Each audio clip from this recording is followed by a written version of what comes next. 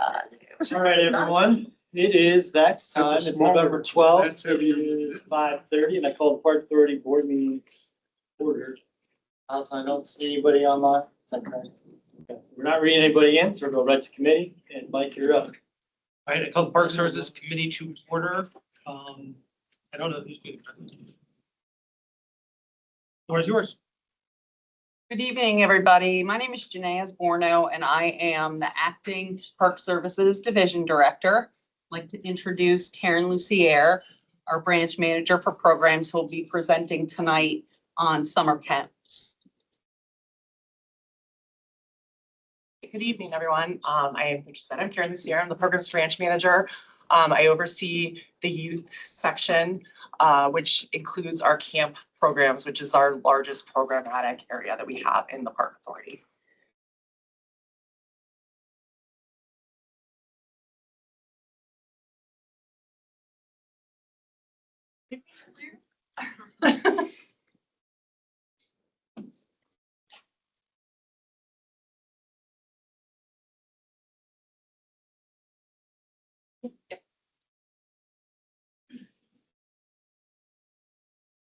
So this year in 2025, we increased our camp offerings by about 18% from 2024. So we went up about 300 programs that we have in the past years.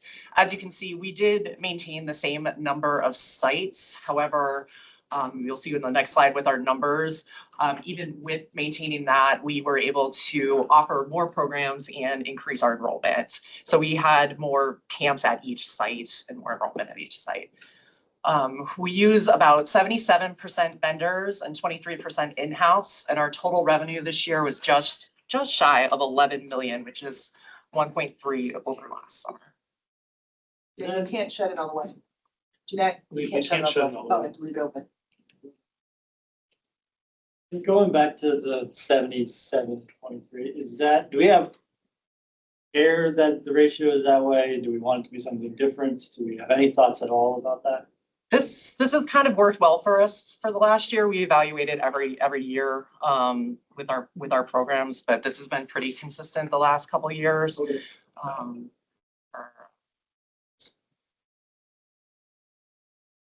So this summer, we had 32,000 registrations.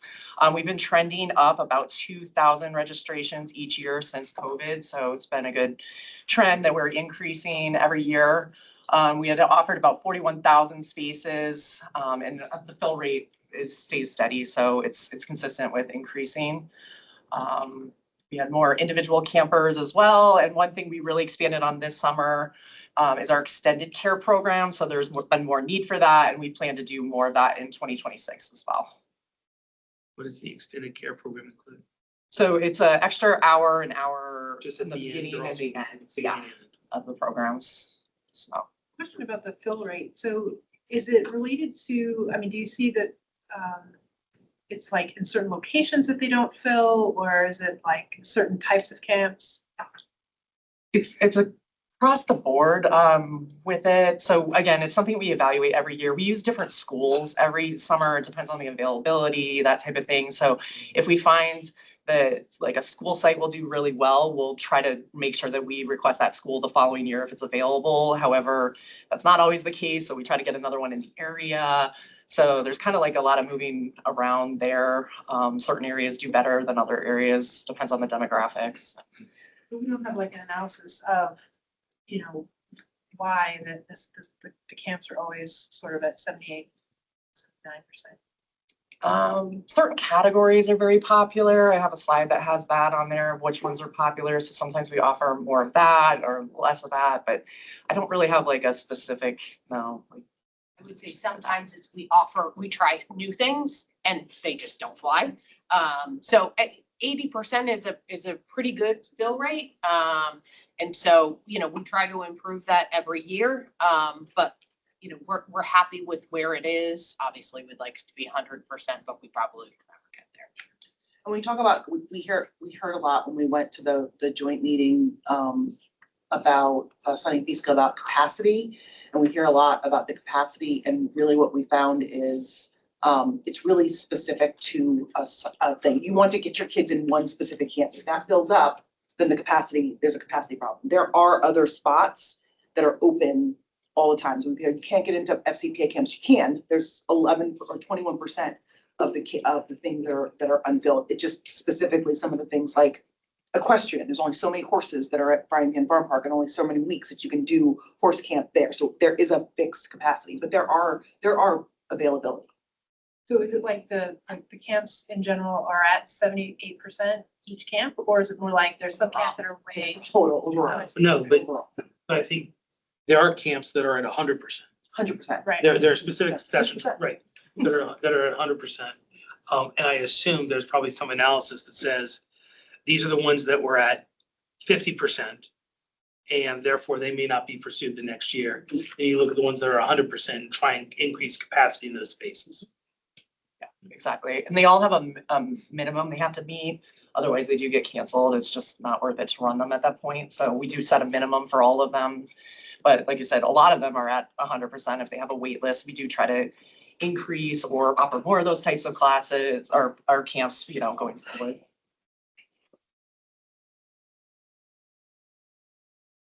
So this is the slide I was saying that has kind of the breakdown. Sports and STEM are by far our most popular camps that we offer here. Other popular ones, the performing arts, traditional, which is we call our ROCKS program. So it's more of an in-house generic camp, nature, specialty. And then we offer a huge variety of different types of camps. So those all fall after that. You may have this later in your presentation, but the sports being at 25%, really popular in terms of numbers, but that doesn't necessarily mean that all of those camps were at 100%. And it may be that the dance camps are only 3%, but all of them were at 98% or whatever. So the other thing that might be helpful at some point is just not only enrollment by, but what's the analysis of what kinds of sessions are full versus just enrollment by category. Does that make? Yeah, so we're sense? always looking at what camps are filling, what camps have wait lists, and then we're trying to offer more the following year, and then just looking at those as well that we're not filling, we're having to cancel, and potentially moving it to a different location or potentially just not offering it in the future. Yeah, and this is 25% of our overall enrollment is sports enrollments. So it doesn't mean it's 100% enrolled, but they are very popular. Also, sports camps, a lot of them are outside. The capacity can be a lot larger than other ones. And then STEM is, science stuff, technology stuff is very, very popular right now, just in general. And then this is another reason why we use contractors. As you can see, the diversity of the offerings here. We don't have that expertise in-house. It's hard to recruit staff with all of that expertise. So that's the benefit of us using vendors. We've been really able to expand the types of offerings that we have throughout the system. I have to say that my daughter has attended many, many camps. She's absolutely loved so many of them, but the best ones are always the ones that are run by FCPA. Always. Always. Same. And the ones that are run by vendors are fine, but they tend to economize on both staff and also materials. So. And you'll see some data about that. But I don't want to leave you with the whole idea that we are outsourcing camps. If we were to cut out vendors, we would do the same. We are at capacity for the amount of camps that we can provide. Correct me if I'm wrong, that we can provide. Like it's more. Right. It's not like we don't want to do Minecraft camp, so we're gonna bring somebody in and do Minecraft. That's a yes.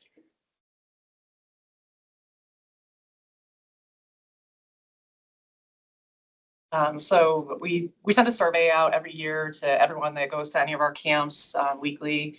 And, our satisfaction rate stays pretty consistent. I know that line looks like it moves a lot, but it really moves from 74 to 76%. Highly satisfied with our camp programs over the years. And some of our highest ones this past summer were in our cooking area, which was very increased from the previous years. As well as aquatic and boating, the other categories here.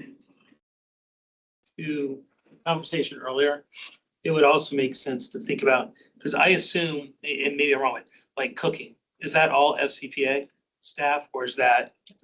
It's a vendor, So- mostly vendor, yeah. So something that would be interesting is just to the issue you just brought up is the satisfaction of vendor versus FCPA camps through the survey.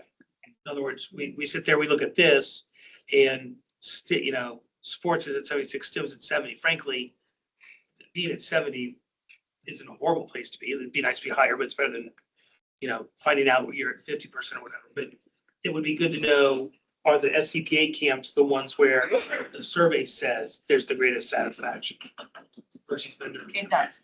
Especially in the, It does. So the survey says that individuals are happier with our camps than they are with the vendor.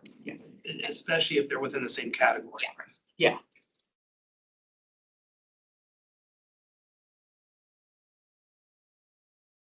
Okay, so in 2023 and 2024, the vendor that we use for our camp registration had some difficulties. And just because of the sheer volume that we do with our camp registration, the system did crash in those years, and we were able to rectify it. And then I will say after the 2024 situation happened, our staff worked really, really hard over the year doing surveys and figuring it out. And I'm very proud to say that in 2025, we were extremely successful with our camp registration. It was a huge success this year. So everyone was very, very happy with it. So we spent the entire past year working through a new process. So as you can see, this was our camp registration green locations and blue locations. So it's team green, team blue. Marcom did a great job with putting this out there for us.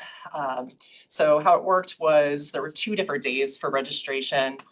It was split by the location of the camp for the registration. So on the Tuesday, everyone kind of in the right side of the county were registering. And then on the left side of the county, Team Blue was able to register. So people were really, really happy with this. They were able to go in and register in just a few minutes, got all the camps that they wanted that day.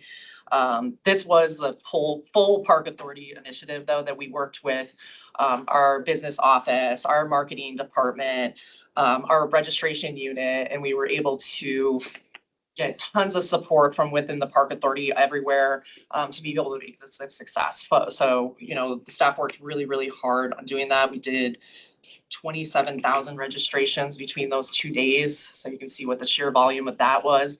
And the system held up to it great. So we were very, very happy with that. Can I just pause for a second? Because they're talking about what they did. I cannot overstate how phenomenal of a job it was in this pivot. If you remember the previous year, it was on a Tuesday, and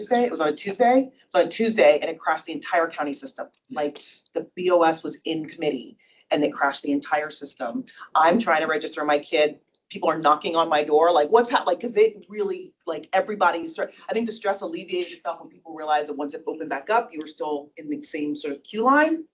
But for that, in just 1 year, to have pivoted to a completely different sort of structure, all of the staff that worked on this, I say this, but I didn't work on it. All the staff that worked on it just did a phenomenal job with no kinks, with all of the people, the rave reviews coming in of this kind of a shift and getting that out there for people to know how to do it was just a really great job. So I just wanted to put it like this was a huge, like, okay, what are we going to do? And a huge pivot that they accomplished. So thank you guys. That's a huge value to residents as well, and parents, because these are not just like fun camps, like for kids at a certain age range, this is their daycare all summer long. So if you're a working parent, you are weeks in advance planning for registration day, and you've got spreadsheets with, just wait, spreadsheets with like all the different, because your kid's only interested in certain things, but you've got to make sure they've got coverage in the right weeks. So that is, by making that change, that makes a huge difference to parents. I assume we'll do this again. Yeah, so the plan is to do this again. We have a few little tweaks with it, but generally the entire process was, really successful. So we plan to do it the same way for 2026. Oh, our Access and Inclusion Department, we had 524 requests this summer, almost 150 more than we had in the previous summer. Supported 184 campers, primarily around the ages of 7 to 9-year-olds. That's where we get the most requests in these camps. Our staff, our Access and Inclusion Department, they trained 181 total staff across all of that and that doesn't include their 22 support inclusion staff who work more directly one-on-one with the kids. Autism, ADHD, anxiety, they rank among the highest amount of requests that we get. And then those kids are also in sports and STEM, nature, movement types of camps. That's the primary camps that they're enrolled in. On the left is Janae here winning our VRPS New Program Award, and Monica Clark, who's also in that section, who won the Best New Professional Award. Is the ability not to cover more of the requests, financial, the inability to hire staff, what are the constraints? So I think we can continue, and we've been looking at, more positions and just kind of converting them into, as we see the trends continue to grow. I think it's a combination of the training component and finding qualified staff because it's such a niche. But we continue to go out and do lots of job fairs and connect with the universities and high schools and things like that. So I think it's a specialty, but as we continue to train our staff, even internally, it's been wonderful because we've had so many champions just within the Park Authority that want to learn more about working with kids with disabilities. So sustainability is going to be a big piece, just continuing to train our workforce. And correct me if I'm wrong, this is general fund? General. So this is out of the Park Services Division, there's only two things that are general funded. It's this work and the concert series. So any expansion, that's a general fund. Yes, this is not covered under the revenue fund. So 524 requests were made. Does that mean 184 campers were supported? Does that mean Delta is we're not, or what? Multiple weeks. So. Okay. So yeah, we were able to fulfill all 524, but it's duplicated. We have kids that pretty much are in our programs the whole entire summer. Got it. Got Okay. it. Okay, I wasn't there. The other question I have, what is the best new program?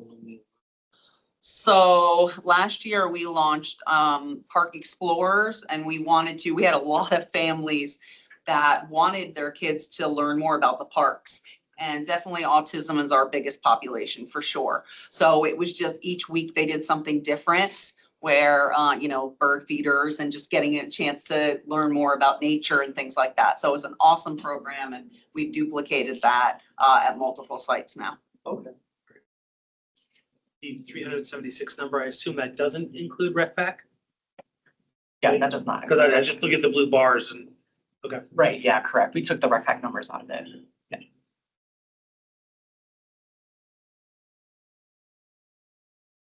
So in 2025, we partnered with George Mason University to allow use of the field house this summer. So it was in exchange for golf course use with them. This was great. We were able to offer 2 weeks of sports camps in their field house with 96 kids in that program. And it was a really successful partnership that we also plan to continue in 2026. Do they have any interest in opening up any more of the campus? Any more of the campus? Not more than the field is. I would love that. Yeah. It'd It'd be great. We always need more space. Yeah. Get in there at the. Maybe we should have a conversation. This is just some comments I put up here mostly, as I said, we put out the survey. People are extremely happy with it, but we also get comments on our social media and through direct email, that type of thing. So parents are really, really positive about our programs that we have here. It's nice to get the feedback, but even after the registration, we got hundreds of positive emails and comments on social media too, which is great. We're looking forward to 2026. We're planning already. One new exciting initiative that we've already started is we've acquired ePact. It's an online parent form platform. This is used for, the forms that they would fill out on paper in the past, and they'll be able to store it electronically, safely. This is a system that a lot of the surrounding jurisdictions also use. So it's nice they can use it across that. And so everyone will be going to that for the summer of 2026. We've already started using it in our preschool programs, and we'll be using it for our winter break camps. And it's been great to use so far. So we look forward to having that for the summer of 2026. And then traditionally, our camp guide was in the spring partakes edition. So this year we'll be taking that out and publishing a separate just camps guide, partakes camp guide, that will be published and out in early January. So parents will have an opportunity to kind of flip through it as just a camp guide for their kids, which is nice to have. And it'll be mailed to all the same families as partakes as well. Like the Toys R Us, what they used to do with the Toys R Us. Yeah, catalogs. Yes. Yes. And that's all I have. Any other questions? Yeah, a negative question, but I don't know why. As far as background checks. Get 100% for that. Yeah, we do background checks and training for everybody that works with children. That's anywhere, and not just even camps. Just making sure. Anyone that works with That's what I children. figured. Yeah. You heard the way I asked it. And everybody in the park authority gets a background check, regardless Yeah. of their position. One question I have, and it relates to both 25 and future. So you, very first slide said same number of sites where you were able to expand offerings. I'm just curious how we did that, and do we still have the ceiling to grow, or are we gonna need to get to more sites, or? It's the types of sites, right? So George Mason replaced probably a school or another facility that was smaller, so we were able to expand that way. Okay. I think more classrooms in schools. But, we are constantly pushing to get more schools, more space within the schools. And it's a challenge. I would say within our rec centers, if you go into a rec center during the summer, we are at capacity. There is not a room for another body in the rec centers. So it's finding those additional spaces. Sully Community Center, the gym there has been great for us to be able to expand. So it's finding those kind of bigger sites, locations where we can expand. There's a new big green sheet facility. Are you thinking of that? What is what are the difficulties in trying to get school space? Like, is it? Well, I mean, I'll give you- But I guess, is it, wait, I'm sorry, we're doing summer school, or are they saying, no, we don't want to open up our building? There's a difference in. A lot of different things. Yeah, it's a lot of different factors. The school obviously gets priority for their own programs that they have in the summers. They have to place those first. And then we are in a higher tier of that. We also have to share that. We're kind of at the same space as NCS though, like with their Camp Fairfax program. So we're sharing the spaces with them as well as summer school, obviously, like I said. And then they do a lot of renovations and work on the schools in the summer. So there's just certain schools that are just absolutely not available at all for use. So we definitely try to maximize the amount of school space that we use, but limited. I think what it is just that there are always quite a few classrooms that are open during the summer, but the space that everybody wants are like the gym and the cafeteria. And so They it's just like, said classrooms too, which is why they specifically mentioned classrooms, which is why I was curious about what is the block.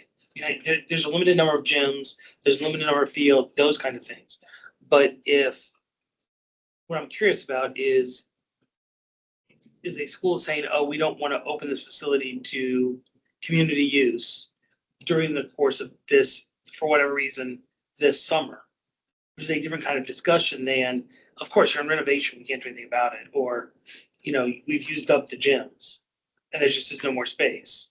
But it was the classroom piece, when you think about, the high schools and whether you got the sub schools and different pieces. That's what I was just curious about. It's a little bit of everything. It's renovations, it's other uses, it's school uses. And then sometimes it's just them not wanting us in certain schools. I think that relationship could be better when we're talking about camps. I think that we've proven in general that it's a great product for the county and it's an important facet of a lot of people's lives. It is school age daycare in the summer.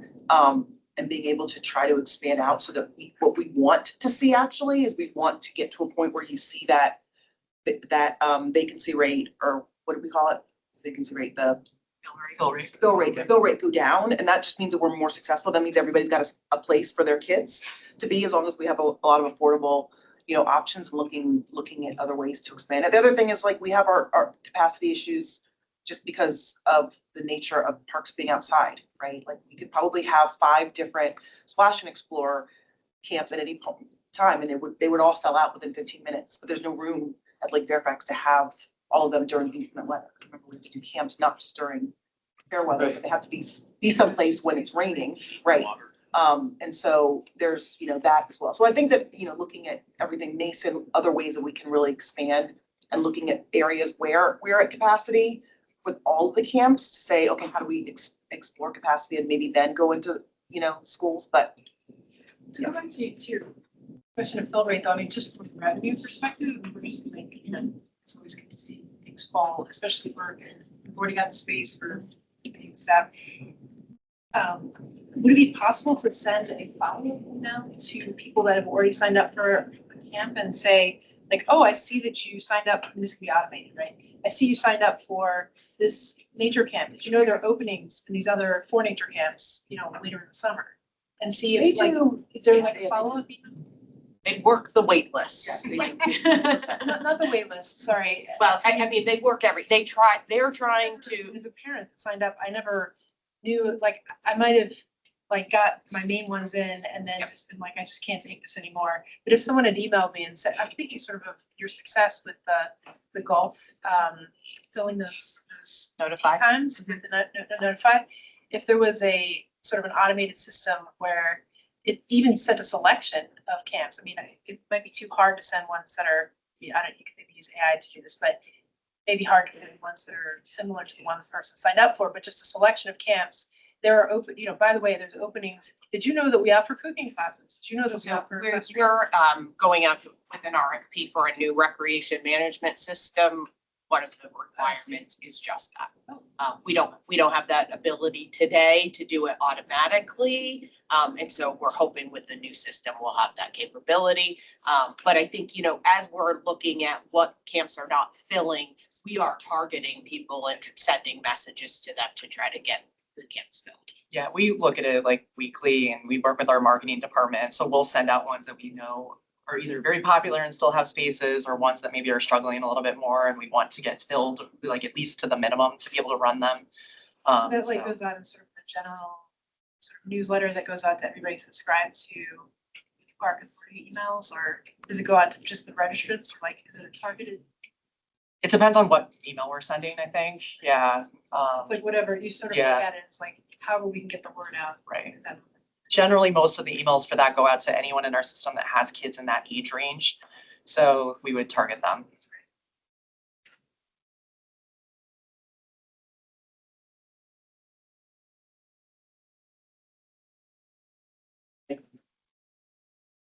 So next would be the Patriot Park North update.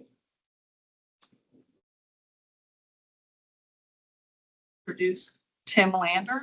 He's the Patriot Park North manager. He's going to be presenting tonight.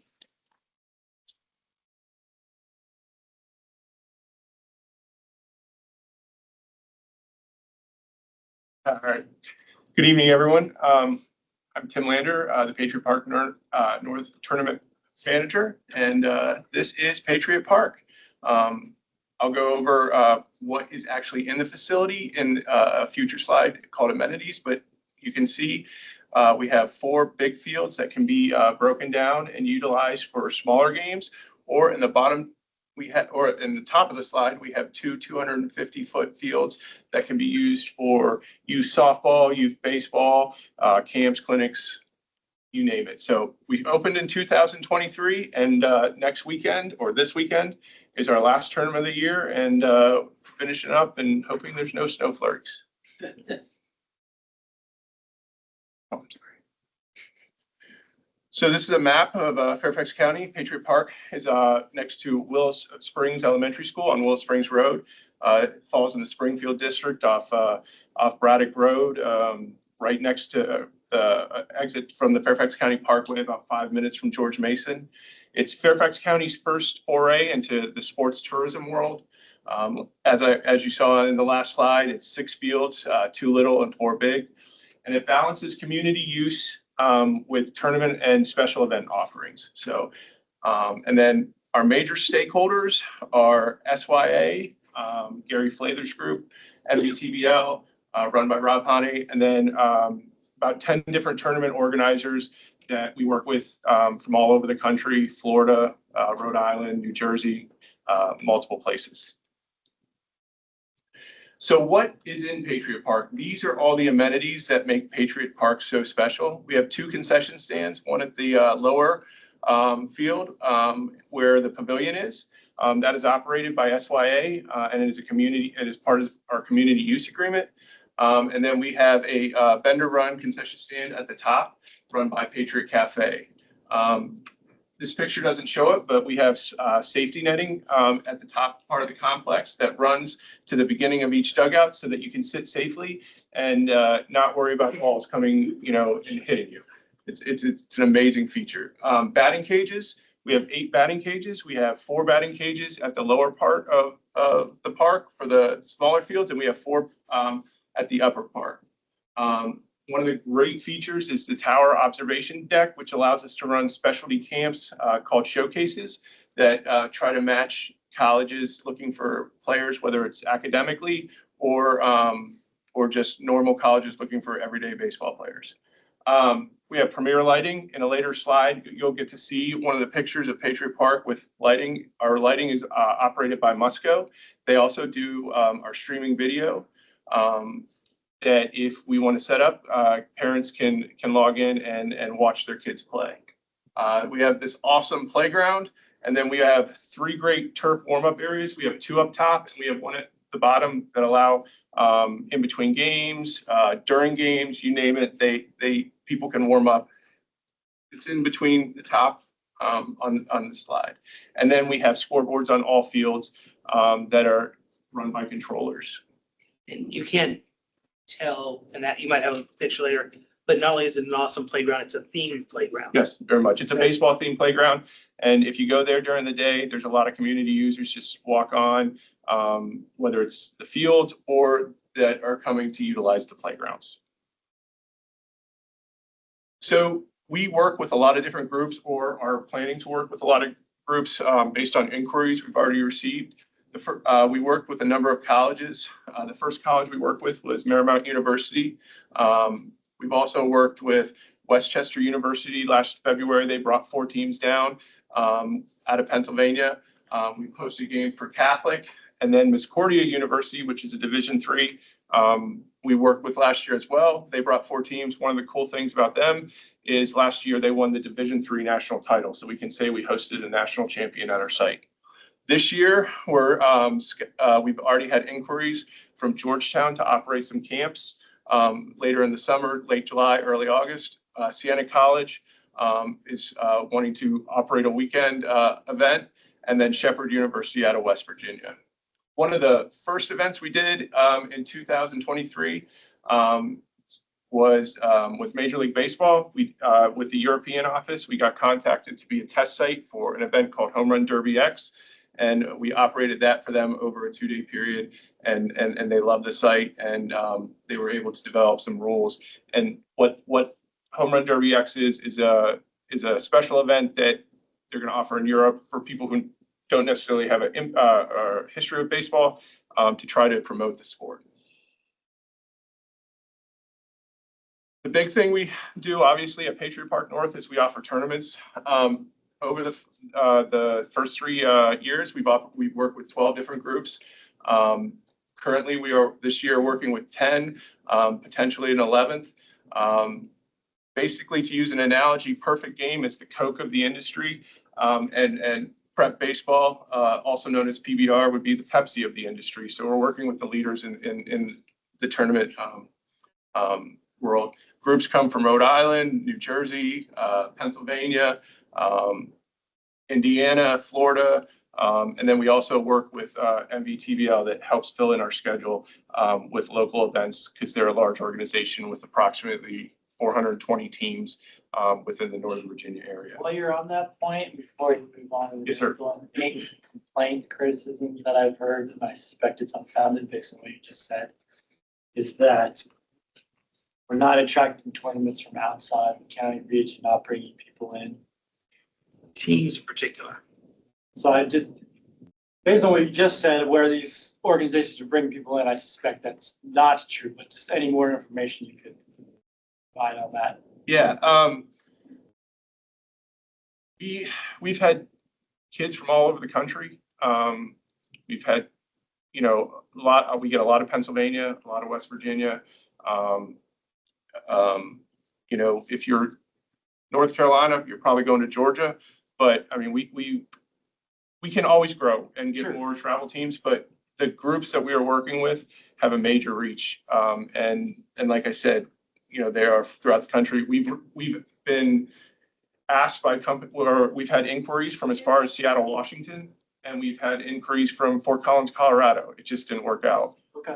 But yeah, we're trying to work So with people anyone. throughout the country are aware of the site and Oh, calling. yes. Oh, yes. And we make a conscious effort to go to events. I attend the ABCA conference where we get to network and attract new business and talk about our facility and answer any questions that, you know, people have.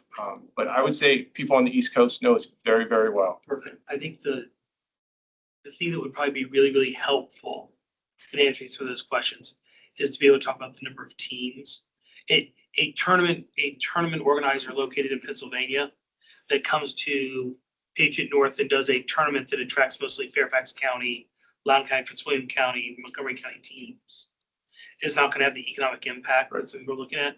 I think the ability to look at and have the analysis where we're able to show the number of out of the area teams who are coming and staying in hotels, using restaurants, doing all the economic benefit piece that's talked about in terms of the economic impact of the county. So tracking that, I think, would be helpful. So that's one thing that Visit Fairfax and Visitor Bureaus do.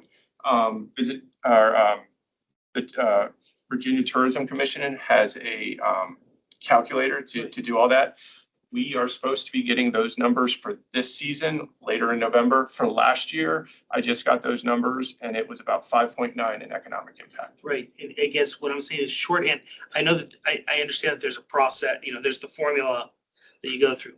The shorthand way of understanding how we're doing is the more out of town teams that are coming to tournaments there, the higher the economic impact will be. Absolutely. So I'm just saying a shorthand way to help address folks that have those concerns would be for us to track the number of non-local teams that are using the facility. It's a shorthand way of, you're not gonna have it's 5.9, 6.3, 7.2 million. But that's a shorthand way of being able to say to people, we've attracted a bunch of teams. And that's what gives us the impact. We'll have the new report in 6 months, whatever. But keeping track of that on an ongoing basis would probably be helpful to answering those questions. How much spare capacity do we have? This past summer, so we had a full year, we had a full operational year this year. How much capacity, spare capacity do we have? So I'm going to address that in an upcoming slide. But with that being said, we started last year, February 21st, and we ran every weekend until this weekend, with the exception of Easter and 4th of July. So we were at 38 events. That doesn't include during the week in the summer, showcases or other rentals. Where there is capacity, which is very tough space to fill in Virginia, is the winter months, late November, December, January, and February. Baseball and softball are tough sports. The bat manufacturers tell you not to use their equipment below certain degree temperatures, and we get below those temperatures. And when parents are paying $400 for bats, that's why we just don't have a market. This year, we're going to have some rentals from a local softball organization, so we're going to have some revenue, but January, February, we definitely in December have space to operate. Why didn't we do Easter and 4th of July? No one requested them. Okay. 2 years ago, someone requested, and then they moved to the last minute. So here are our lines of business for Patriot Park. We really have 4 tournaments being the major line of business. We actually start in February with college baseball, but tournaments will start mid-March, and they run Fridays and Saturdays until November. We have had grants the first year through the Virginia Tourism Commission, and then also associated with tournaments are concessions, gate fees, and merchandise sales. Rentals are another one. We addressed the Major League Baseball showcases. We do a lot with public and private schools. We have adult baseball rentals. Trinity Christian right off Braddock, a little way up the road. They do long-term rentals. They don't have a baseball field. And then we've also done softball rentals for camps and so forth. Camps, I work closely with our person who puts on camps, Emily Shoemake, and we operate camps at Patriot Park North 6 or 7 weekends. I'm sorry, 6 or 7 weeks in the summer. We do spring breaks camps. And then many organizations will try to run camps, or I'd call them more clinics, when school's out. So the last couple of weeks, Election Day, Veterans Day, people are trying to operate events. And then college baseball, again, we start in February. We're going to have I think at least 1.5 weekends. We deal mostly with Pennsylvania schools and West Virginia schools that aren't able to play, that may have grass fields. Last year, we got hit up by a lot of groups that were down in South Carolina, because if you remember, they were getting snow and they were all trying to come back up, but we were already booked. Are they local? They're all over. We deal with like some of the tournament organizers put on showcases. So like PBR, MSI, who was on that last slide. We also deal with a company called Head First, which is out of this area, but they have a large reach nationally. Their goal is to connect high academic kids to baseball schools, and the East Coast has a lot of high academic colleges. So, they operate for softball. We have an ex-Georgetown coach who started an organization, Glory Softball. Most of them are local, but some of their reach is not as far, or is further than just the Northern Virginia area. How much community use are we getting on the lower fields and the upper fields as a percentage? Okay, so community use on the lower fields is Monday through Friday from 5 o'clock till 11 o'clock. And then it is all day Saturday and Sunday, with the exception, we have the weekends in July, and then we have Columbus Day, we have Memorial Day, and we have Labor Day. So we have approximately 7 weekends, depending on where first weekend or last weekend in July falls. On the upper fields, community use has Monday through Thursday, and tournaments have Friday night, Saturday, and all day Sunday. These are the numbers for Patriot Park over the last 3 years. You can see we started the first year, 23, we grew to 32, and 25, we had 36. I have sent out field deposits for 39 tournaments for next year, and we actually have gotten a 40th request, which is pretty cool because it's an adult baseball group, which we haven't ever offered. What's a realistic ceiling for number of tournaments? I think we're there. I think because you start running into snow, Sure. like every conversation Yeah.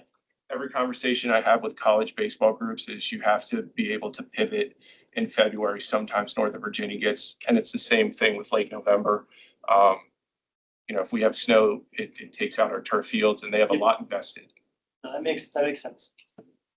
So the first couple rows are all the revenue associated with tournaments, whether it be the field revenue, the merchandise revenue, gate fees, and then the first 2 years, we had some grant money that we received that the Park Foundation put in for. We also have concessions. When I created the slide, it was late October, we should be around 15,000. PPN rentals, same thing. I would think that the 22,951 number, we should probably be closer to actually about 28 because we have some December rentals with a local group. Showcases were probably done for the year. Most of those occur in summer when kids are out of school and colleges are allowed to travel. And then baseball, that number will increase as well. And then camps, you can see we our staff did a great job and increased greatly. Merchandise revenue, that's our percentage of Yeah. third-party merchandise sales. Yeah. Merchandise sales is hard just because so many of these groups, because they're traveling from far away, they do most of it through their internet sales and they push it that way. So then they don't have to have staff on site or they don't have to have inventory on site. So this is to continue by the numbers. Total income, you can see for this year, and that's as of beginning of the month. Net income, like I had said earlier, at the end of November, we should be able to get those numbers from all our operating expenses and calculate them, and then cost recovery. So the big expenses, Patriot Park, many of these tournament organizers are not just looking for port fields, so we have accommodated by working to get other park fields, and we maintain those fields during their events. So that's a major cost. We also have to pay for school fields if we utilize school fields, which we've kind of moved away from because of heat and humidity. Tournament staff, obviously, my salary, operations, and then we always have staff on site during an event to support if there should be an issue or deal with issues that, umpires have or whoever may have to help support. Major items is, turf replacement. This year or last year, it was under warranty. We had a 2-year warranty, but high traffic areas such as home plates, first base, they need to be redone approximately every 2 years because of all the use. This is one of my favorite pictures. This is Patriot Park at night. And, earlier I had said amenities, lighting, premier lighting. You can see the backspill. If you've done sports over the last 20 years, lighting has greatly changed where backspill might have been, way farther back. It's very low impact on communities. Tournaments, March through November, 39, we're up to 40. Showcases, I predict based on interest in emails and requests, 5 to 6 college weekends, 1 full, and then, parts of other weekends. One of the cool events that we do is, that SYA put on, they put on a Little League state tournament. This year they have the age group that goes on to Williamsburg. So that's, a great feather in their cap, and the Little League loves coming to Patriot Park. Summer camps, number of weeks. Winter rentals, this is the first year. Right now we have about $6,000-7,000 on the books, provided snow doesn't get us or, and the group's numbers are what they said they're going to be so that they utilize all their space. We always host SYA opening ceremonies. And then I'm in talks with a baseball academy out of Fredericksburg, which would be a long-term rental, which in the fall would bring us about $1,000 a week for a number of weeks. And in the spring could bring us about $400. So that's also another line of business that we're reviewing. On your earlier charges quickly. Yes. Yes, sir. On the turf replacement, do your tournament contracts include a separate surcharge or line item for that in terms of like putting it in a sinking fund, or is it done into the overall fee? It's the overall, the tournament organizers don't pay they pay, the fee to be at the site, but they don't pay for turf replacement. And I don't think you can narrow it down to one individual tournament. It's just use. Just wondering if it would be appropriate to create a surcharge for that item to fund a sinking fund to. It's a, Okay. It's not industry standard to It's have a- something like and it's that, a so very it's built into competitive- the fees. Gotta be competitive. in terms yeah, of it's the a very overall- competitive marketplace. Questions, speaking of competitive marketplace, so is, in terms of setting the fees, like those are set competitively to other fields, similar fields, is that how you guys? So we benchmarked when I came on board and we looked at nationally the caliber tournaments and that we thought we were going to be able to offer, which we are. And we came up with our fee schedule. 'Cause I'm impressed, first of all, I mean, I think the numbers are really impressive. I mean, across the board, it seems like there's a lot of good utilization. It's kind of interesting that when you're like fully full, it makes you wonder, like, are our prices high enough? You know what I mean? Like, I just wonder if you feel like. It's always something we look at. Yes. And then my second question, in terms of winter months, are there limitations about like what kinds of activities can be?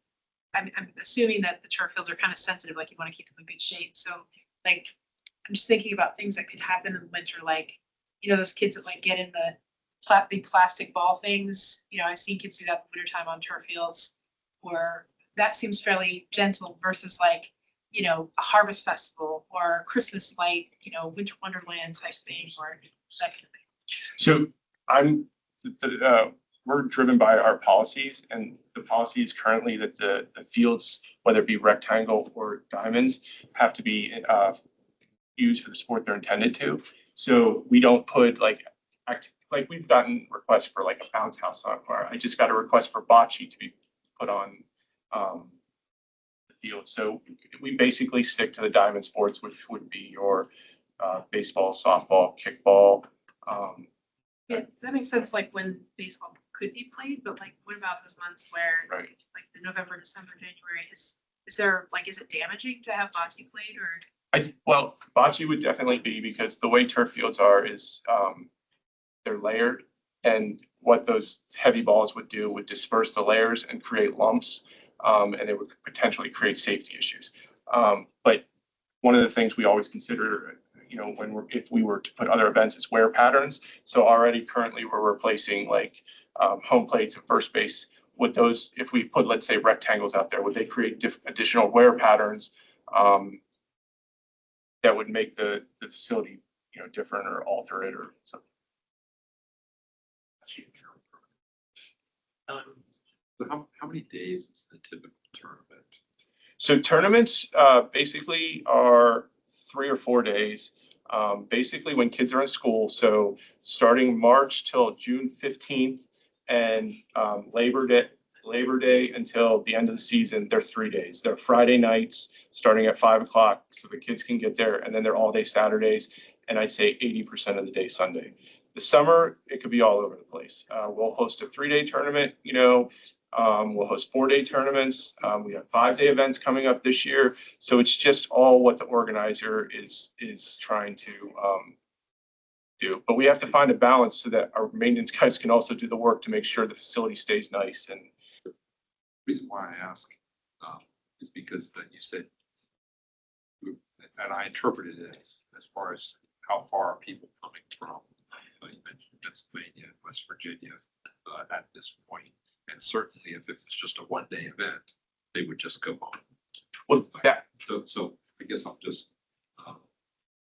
do we feel like that we are getting the benefit, economic benefit to the county, that we are having tournaments that are far enough away, that we are generating good hotel and restaurant revenue? yeah. And to go to your first part, the Pennsylvania and West Virginia stuff was colleges. Those are the ones coming down. But yes, I mean, people don't want to come for a 1 day. They don't want to come they want longer tournaments. But with that being said, they're really capped when kids are in school.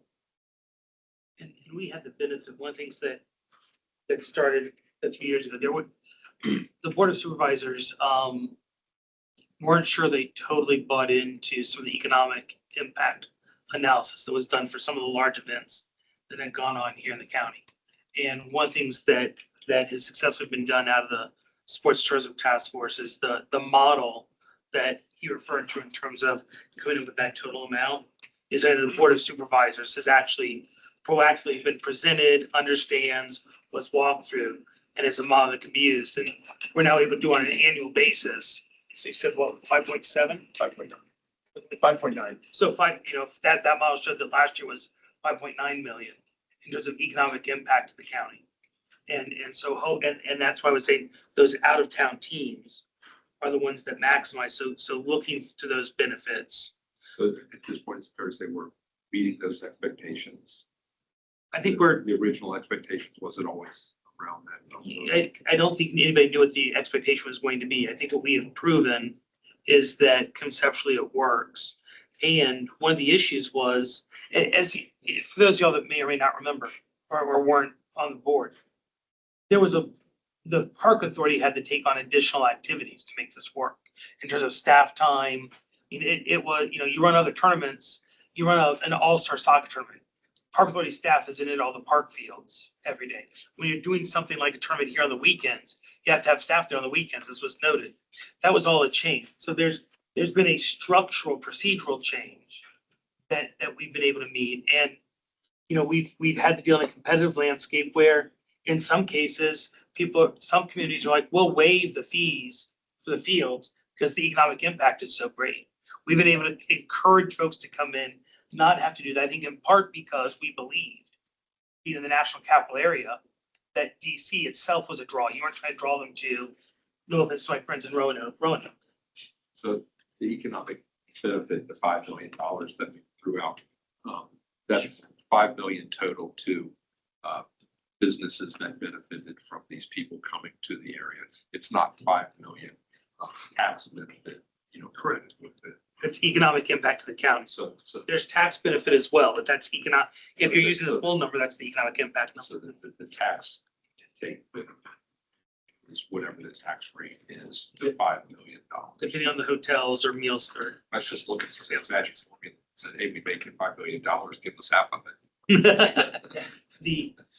Which is actually part of what we wanted to be able to do was with facilities like this, be able to say to the county, okay, we are having positive economic impact on the county.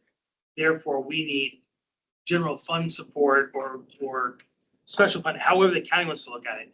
But we need financial support to make this economic engine continue to work. Right answer. Sorry. Right now, we I do didn't not say that out benefit loud. from That the is- transit occupancy tax, which is effectively we're taxing the county. That goes, mostly it goes to Fairfax. So the businesses, hotels, restaurants, that Yes. kind of It thing. used to be What's- 25%, is it higher now? Yes. What do you think their tax rate is for county tax? So the TOT, what is it up to now? 5%? 6%. 6%? 6%. It's 6% of $5 million is what the, Yeah, that's the hotels. That's what comes back to the county. Yeah, but that's just the hotel beginning. That's why it all kind of. There's also, now the county has a meals tax. So, but in any case, we don't see any of We don't see any of it. that coming back to us. And the issue becomes, it's not that this isn't well received and we've done a phenomenal job. And I think that what we've shown is proof of concept that we can build a phenomenal facility, run a phenomenal facility, sell out a phenomenal facility, and that it has an economic benefit to the county. And so if we're provided funds through a CIP or some other type of outside of our CIP, we can build other ones and maintain them and run them really well and bring more economic benefit to the county. But right now, because we don't get that funded separately, it's competing with our revenue. It's competing with Mount Vernon. It's competing with Audrey Moore. It's competing with other things that In the we need to CIP. do in our CIP that we can't necessarily prioritize, taking that money away. We need to grow the pie. We all want to do that. We just have to figure out how to make the pie bigger. but the income to the county is about 250,000. I mean, I don't know. 5 or 6% of 5 million. Because I think all impact analysis is bullshit. And made up. So the $6 million is what the Visit Fairfax and the EDA think the tournaments generate. And it's for all sorts of economic activity. And then, yeah, there's meal tax that would come off of that. There's transit occupancy tax that would come off of it. Theoretically, there's sales tax that would come off of it. So it'd be very difficult to disentangle what amount of dollars this generates back to the county. But best case scenario, because if we just use the figures that we are aware of right now, and we doubled that's still only 500,000. Sure. Yeah. no, That's not saying that our other parks don't do the same thing. Our Cutley Meadow brings people from the outside. They have to eat Sure. too. They go to dinner. We have Clemmy, we have other rec centers, we have other, our other fields that have tournaments. We have other destination parks that do that. But yes.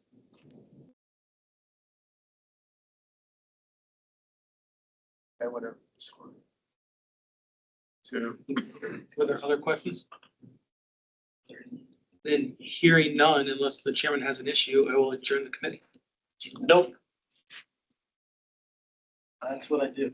Before we move on to the next one, we're gonna read in those drafts by John here. So Virginia law authorizes the remote participation of board members, provided that a policy exists to ensure that such remote participation is consistently administered.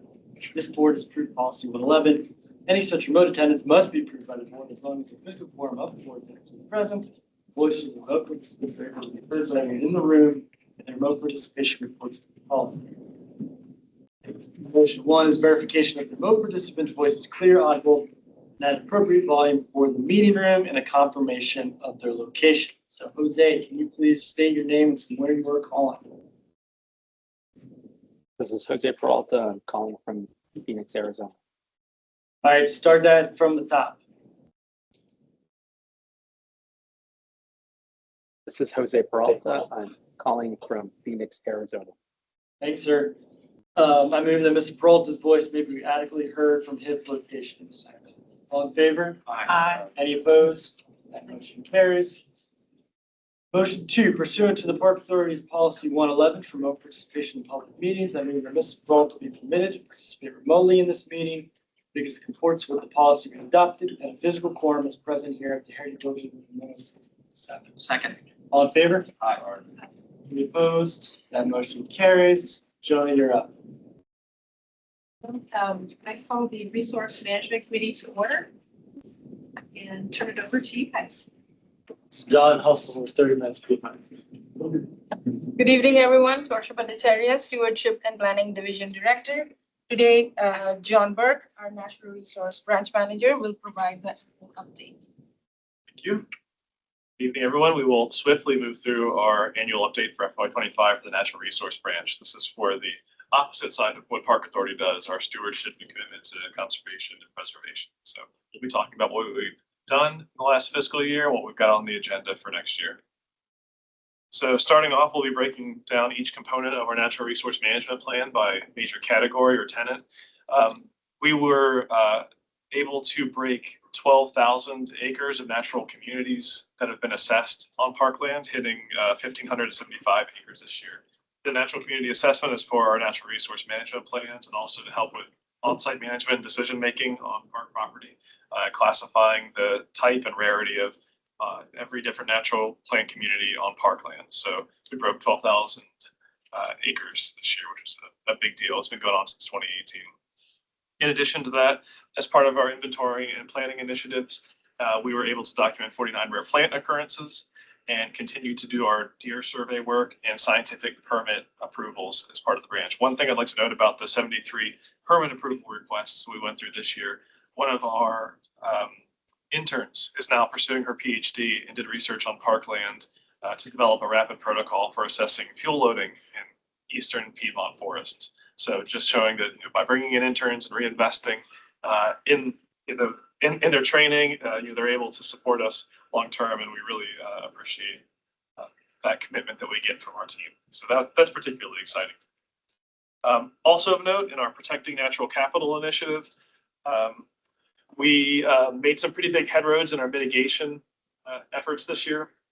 We had a fully staffed program this year as opposed to previous years, so we were able to participate in a lot of plan review projects, 18 Park Authority project teams, 41 Public Works project teams, always working on encroachments and land acquisitions. But I do want to draw attention to the excellent efforts that the Natural Capital Protection Program made towards inventorying trees, requiring that as part of our plan review process, which is something we've stuck to and are really drawing a hard line on, but also almost $800,000 cumulative in mitigation funding from impacts to trees on parkland. And again, that funding only comes to us if we can't avoid or minimize impacts to natural resources.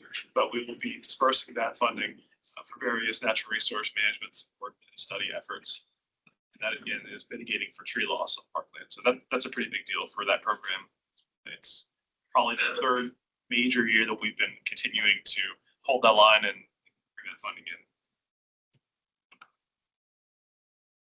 With our overall assessment of wild population management and restoration programs, we have continued to monitor invasive plants and map those as well as our natural communities. So 1,100 acres, a little over there for invasive plant monitoring. Our partnerships with the police continue while we are able to cull 517 white-tailed deer and 464 individual goose eggs. The nest number is a little fuzzy from the police, but those efforts are still ongoing.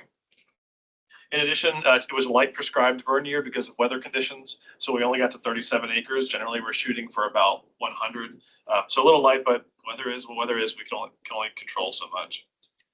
Our restoration program really made some big headway this year, and we actually wrapped up restorations at a number of different parks and continued restorations at a few more. This is not inclusive of these lists here, but we do have ongoing restorations at Old Colchester, Cub Run Reforestation, and Huntley Meadows, and we wrapped up a few at Frying Pan, Laurel Hill, NRC Lawrence, and Elk Lake Preserve. So you probably recall me talking about these restorations in previous presentations and showing you a bunch of pretty pictures of those when they're complete, but we will show you some now of restorations in progress to further demonstrate why we get into the work that we're doing. So Old So the ones that get completed, just remind me, what did they move into another phase program? What is that called? The Landscape Legacy and Sustainability Program.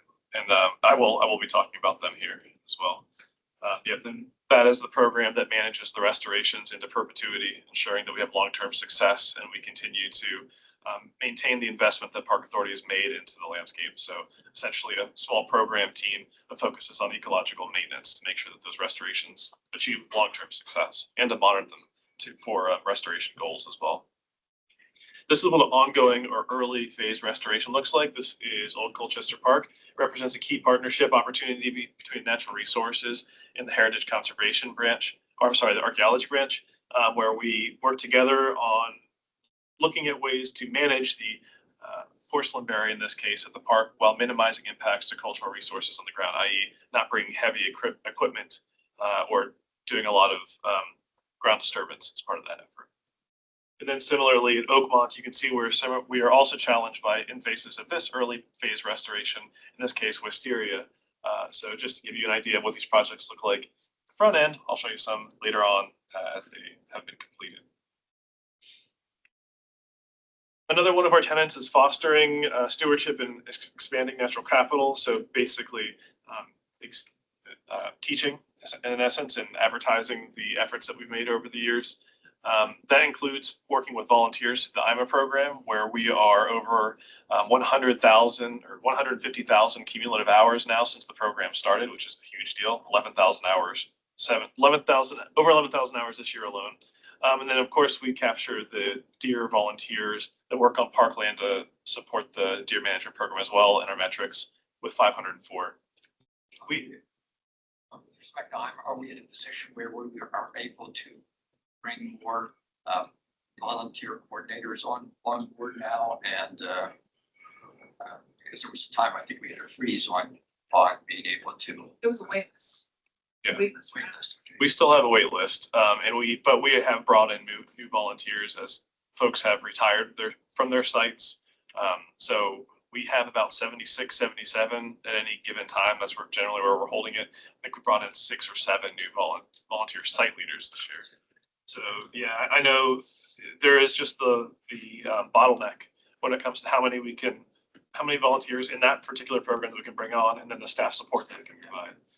But We're still limited by our staff capacity to go beyond those 76, 77 sites. Is that sort of what the way it stands? yes, because we're net minus 1 ecologist as part of that program now since the last year's budget cycle. Was that the position that we lost, or was that okay? And so there's not, because I remember there was a position that wasn't filled, and that got filled. Then we just lost position? It wasn't filled at the time, correct? I'm sorry. It wasn't filled at the time, the one position. Right. That one's filled. No, the one, it wasn't filled at the time. Oh, Correct. I will say that the Tree Rescuers program, which we also work closely with, has a much more diffuse but important job of keeping invasive trees off vines. And we're able to expand that program a little bit easier because it requires some simple training. And then we can group those tree rescuers up with similar teams. But it's not such a focused effort on a particular site that requires like someone to adopt that volunteer effort. So working in tandem with the IMA team, but slightly different organizational layout that provides us a little bit more expansive ability. We can continue to train folks in that program and send them out if we need to. And that program, is that affiliated with the county program for the tree rescuers, or is that? Yeah, it's like a partnership program. So we provide training, tools, education, but a lot of the a good part of the what am I trying to say here?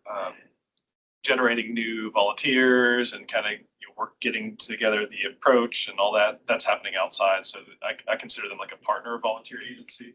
But our ecologists do work directly with them to provide training, tools, and all that good stuff. They're not at capacity, or like they could do. I believe they're still always taking on new folks, and that's because we essentially provide areas that are approved for the NORCID, not discrete like nodes like the whole parks or regions that we get pre-approved if it's say in the RPA, for example. And we provide them the training and tools to do so.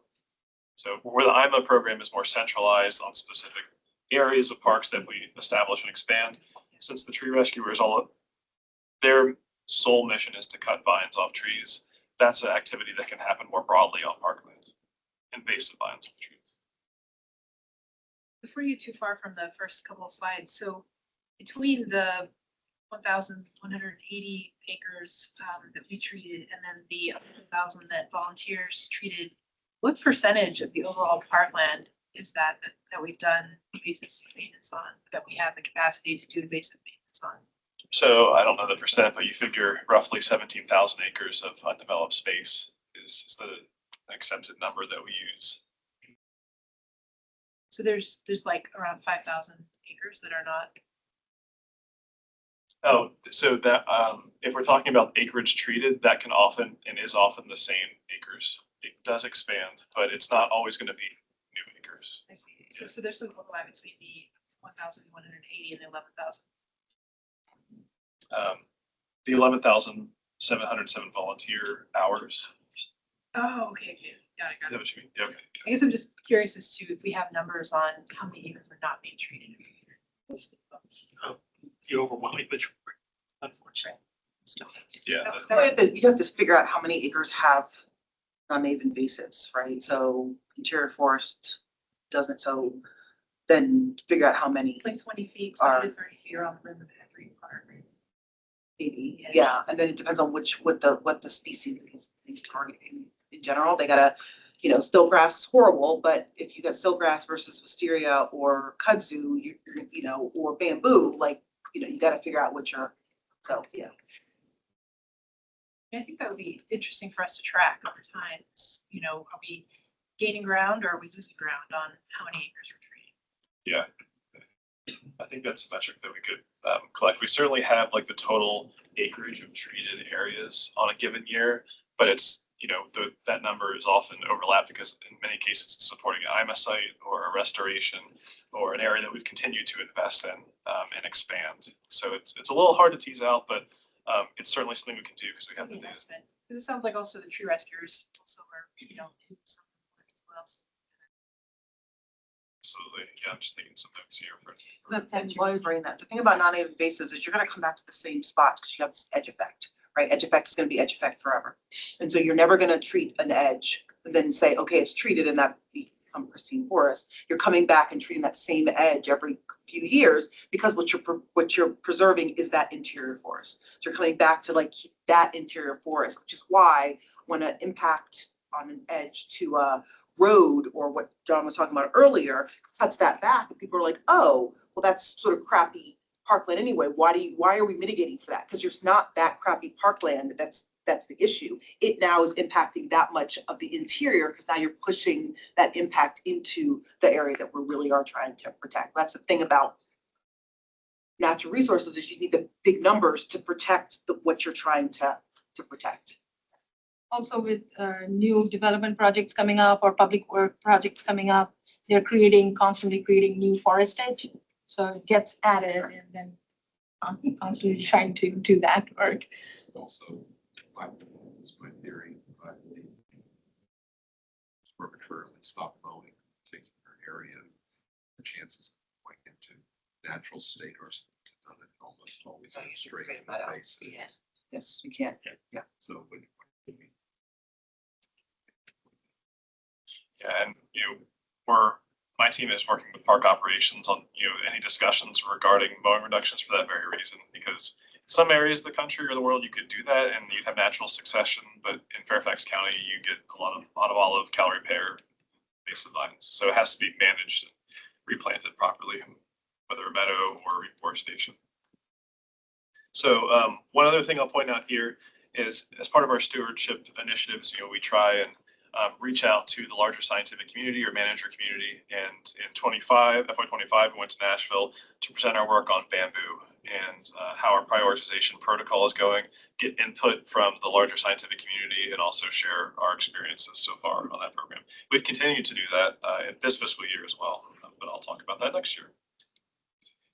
To the point about tree rescuers and increasing our capacity as invasive plant managers, one big accomplishment this year is the development of the herbicide application that some of our volunteers can do that was recently approved by the Virginia state law. I switch girls. And thank you. What's really cool about this is we've been able to build this program where volunteers never have to touch herbicide. They never mix herbicide. It's handled all by park staff. So they're given what's essentially like a bingo blotter. It's called a buckthorn blaster.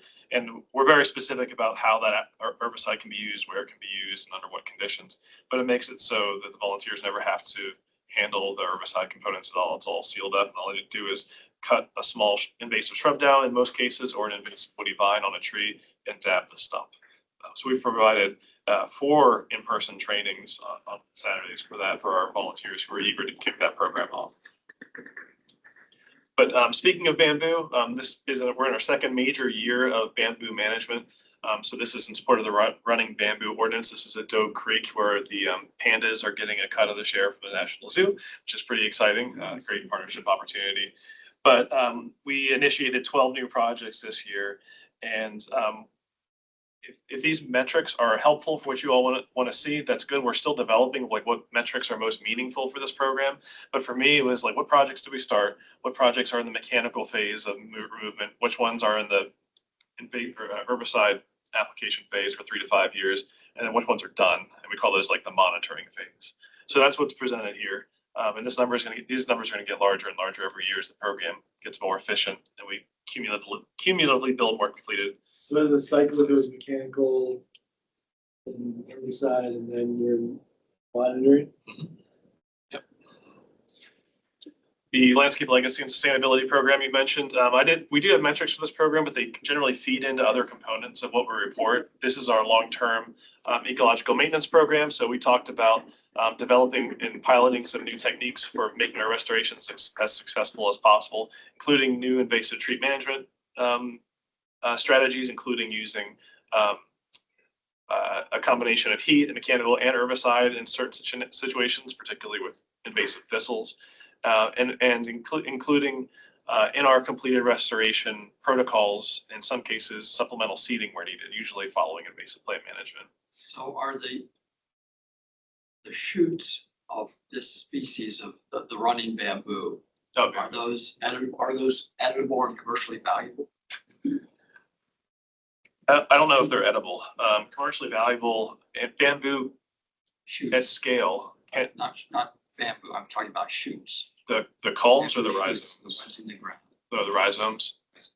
Well, I don't. It's when it's after they come up, after Yeah. the rhizomes try to re-emerge, you get bamboo shoots. Yeah. But not after they've sprayed, because they've sprayed. No, so- well, When they're sprayed. Okay, I herbicide, but this is a mechanical stage, so they haven't sprayed yet. So I'm thinking, Mhm. if we ought to at least take a look at whether they are edible. And if so, is there some potentially commercial partnership that can come in to harvest the shoots, give us a little incremental money on the side and help to fund. Kudzu is completely in. Kudzu is completely No, in. Sincerely.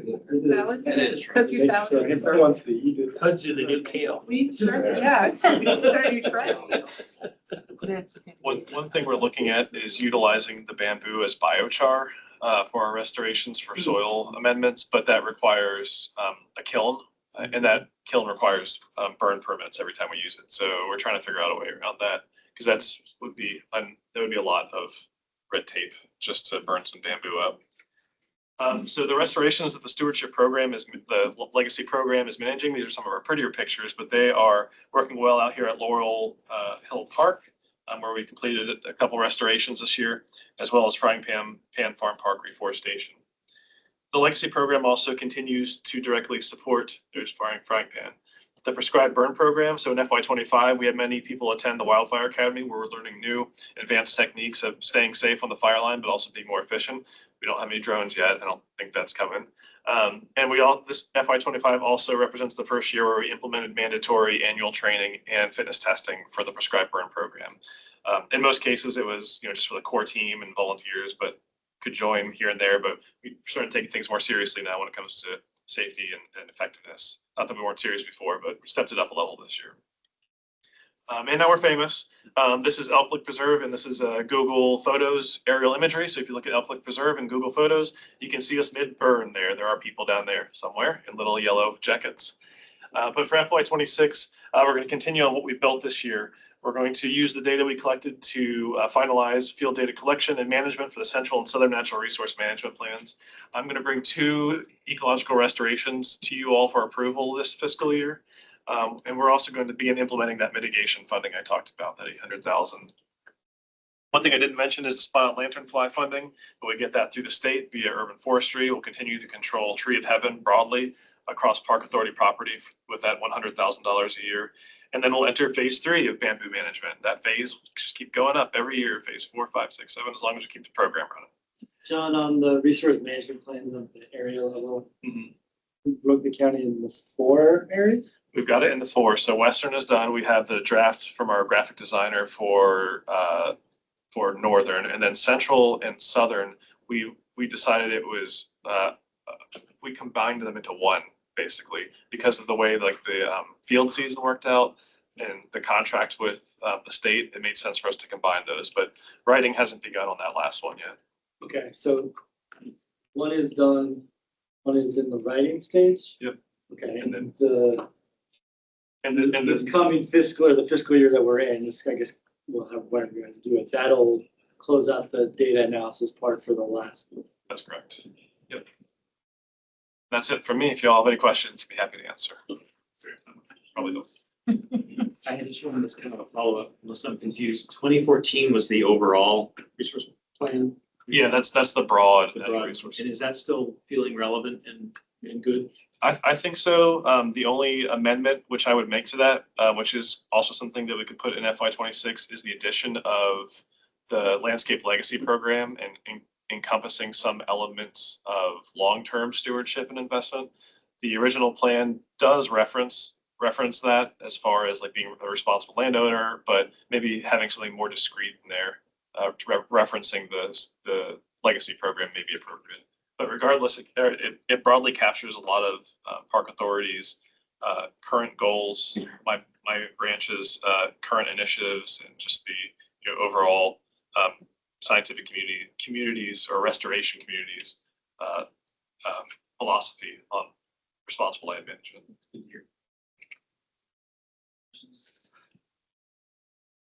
One more for you. So we have had a whole series of public commentary on concerns about invasives.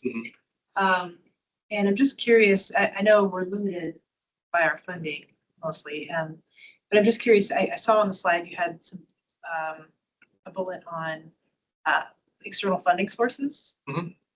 How do you feel like, do you feel like we're increasing in the number of external funds we're able to get, or it's sort of holding steady, or What's going the plan with regard to trying to get some outside money? Yeah, my branch is aggressive about pursuing grant funding through a number of different means.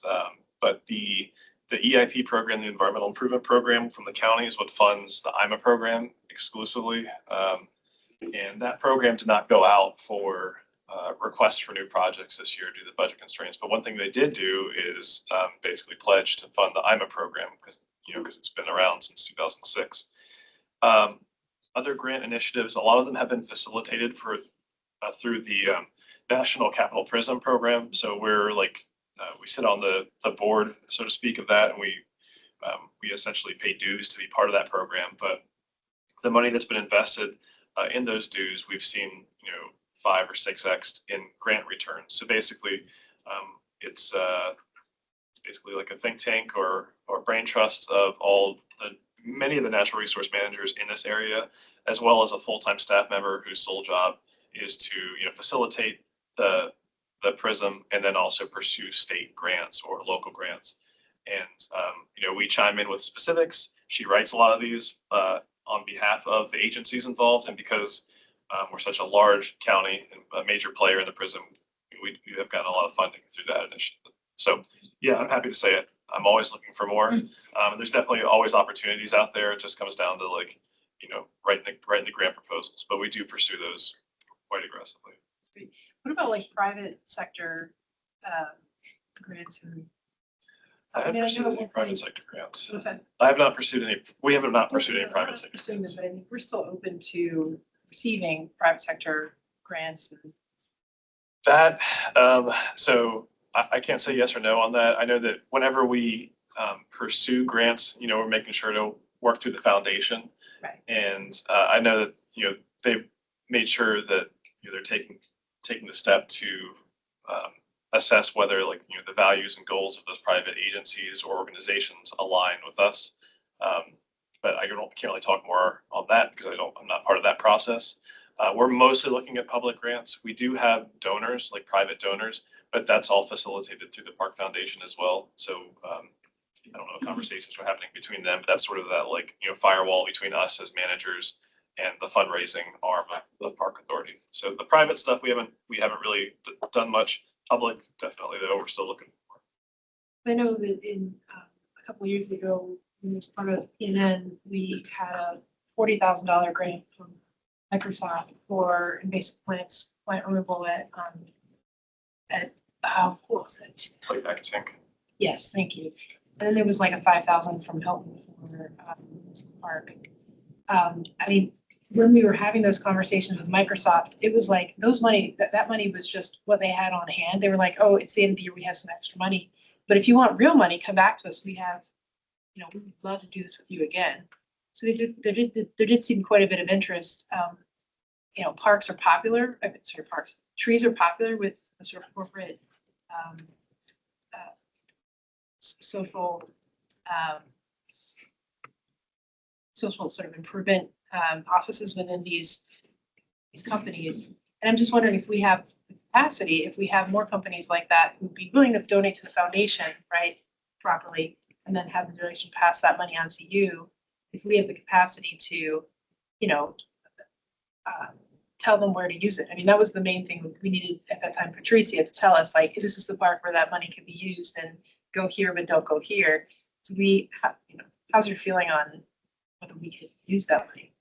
We will definitely utilize those management dollars as long as the appropriate conversations between the private entity and Park Authority happen outside of the branch, just because when we're talking about the overall goals of that company or the overall philosophy of that company, whether or not that's meshing with Park Authority's philosophy and stuff, I think that's a great role for the foundation to have.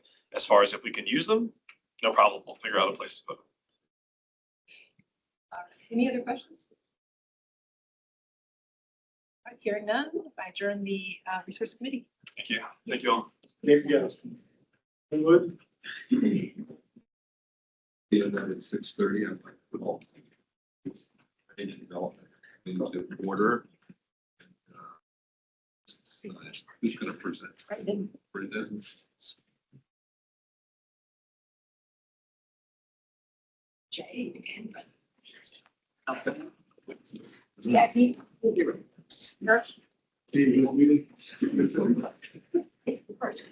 Oh, it's first.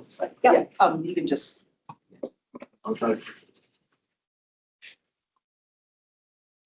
See, that meeting was over 10. Um, Abbreviated version, so. Right. Very good. So I'm gonna start talking at the beginning because what we're trying to do with the CIP strategy and the work plan moving into the 2026 bond is putting everything in perspective. And so, because we were late last board, I thought we would be late this board, so I take a little bit more time explaining it, but we're late now, so I'm gonna still go through this fairly quick, but a little bit more detail as to how we get to where Brendan is gonna be talking about. And so, when we're creating our work plan prioritizations, one of the big things we use is our conditions assessments. So we look at the conditions of all of our amenities, and if you see here, we've got a lot of things. Being an older 75-year-old park system, we have a lot of things that are in poor and failed condition.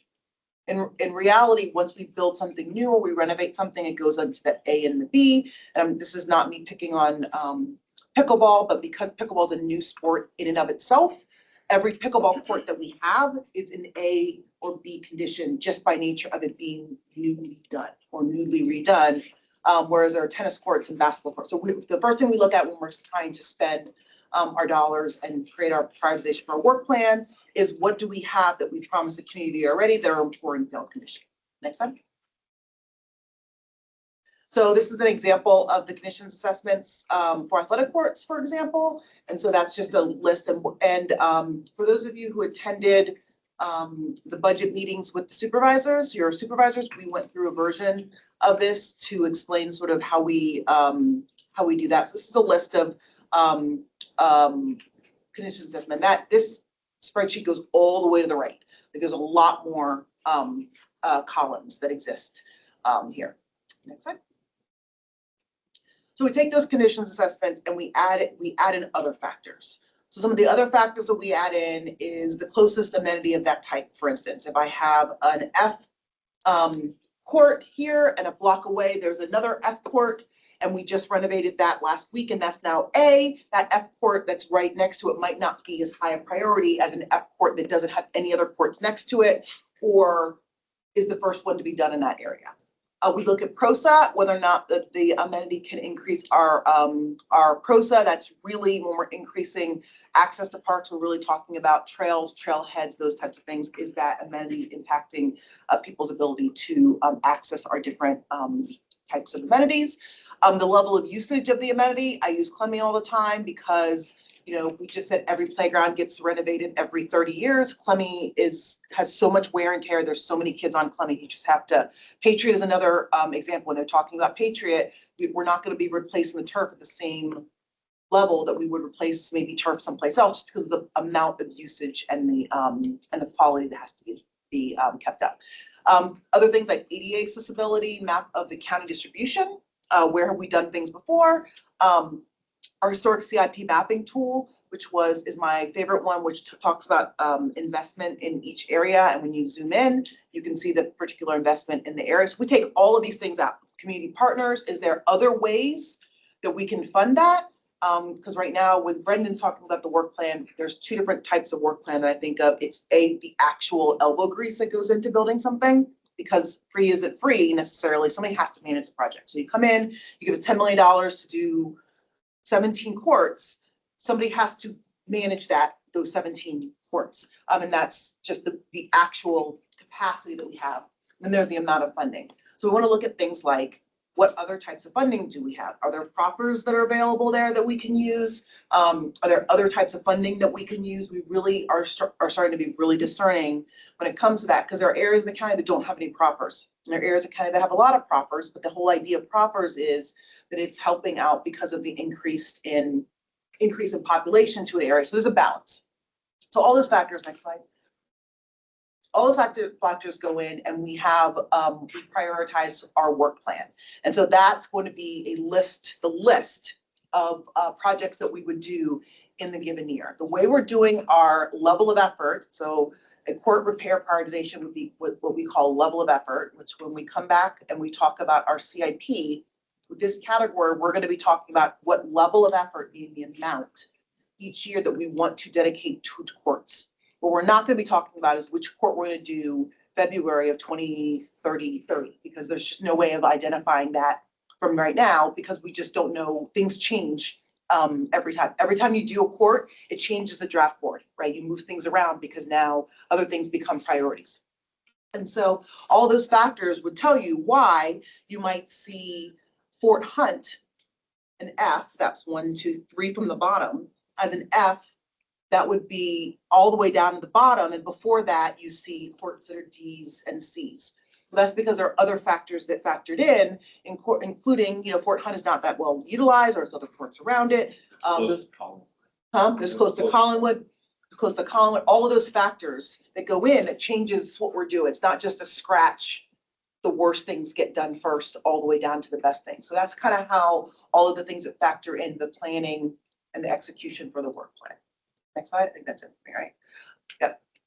Is this me too?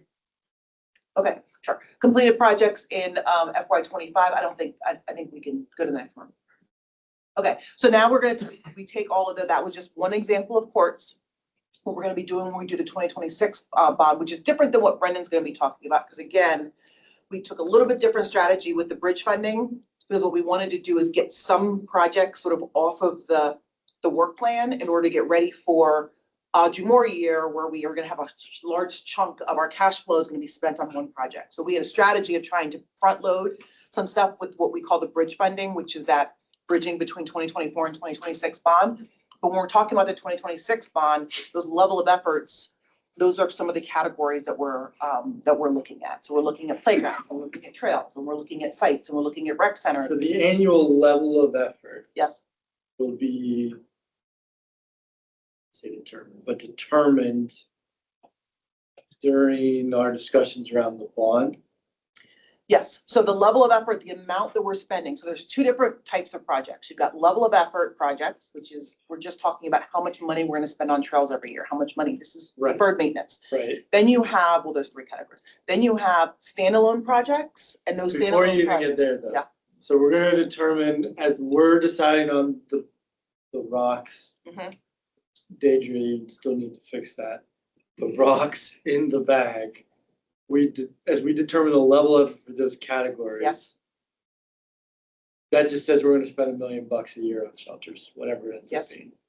But on an annual basis, we will come back and have discussion or presentation on, these are the actual Yeah. shelters we're gonna do. Correct. Okay, and that'll be the same for each of those. Correct. Okay. So the work, what Brendan, that's what I'm leading up to. So what Okay. Brendan, what this is telling us is all of those categories, we're all gonna add up to say, how much this is how much need we have for courts. This is how much need we have for athletic fields. This is how much need we had for shelters.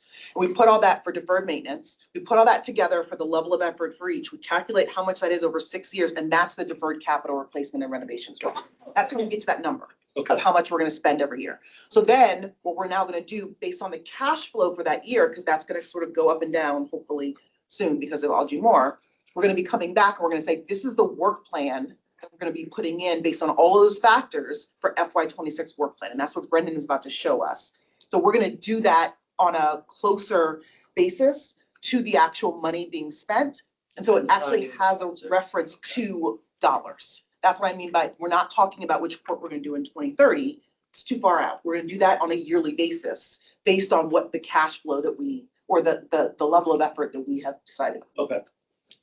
The 1 through 12 is just, that's just an indication that there are 12 categories, not this is the list of priority. No. This, and that's not even all of the categories. I just threw it out to explain sort of how. Now, to add another complexity, when we're talking about this, one of the things we're doing with the CIP is we're looking at for limits.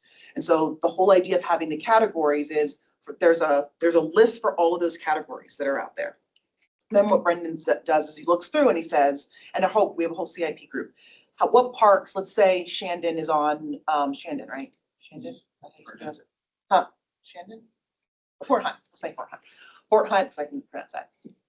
Fort Hunt is on the list, on 5 lists organically Fort Hunt is on 5 lists for 5 categories. It's on for a shelter, it's got an F shelter, it's got a blah, blah, blah, blah, blah. At that point in time, it's like, hold on. Economy of scale, that's whole park needs to be looked at for a renovation. So the question now becomes in the other rock, which is new park, which we're changing it to whole park projects, whole park renovations. Now that goes into there. Now, right now, we have 18 million in that rock. If we look through the deferred capital and replacement, this list, and we say, hey, well, we've got like 4 parks that are on that list. We might think about reducing that 55 million a little bit because we're gonna move that over to whole parks, but it's doing the same thing Okay. because it's an economy of Accomplishing scale. the same. Correct. The same mini objectives, you just, the way it's Correct. categorized different. Correct. And it allows us, we're talking about those standalone projects, we're talking about specific parks. Some parks we're gonna talk about increasing PROSA, which might be greenfield development. Some parks we're gonna talk about for this reason, like they're older, they got a lot of things on the list. But in doing that, when we're categorizing, you guys will have the ability, when we're making that decision as to which parks we're gonna do, saying how much has been invested in that area before in the last 20 years? How many of the amenities that are in that area are ranked this? What parks are higher ranked and how many amenities are low, to be making those decisions about which parks we're gonna renovate.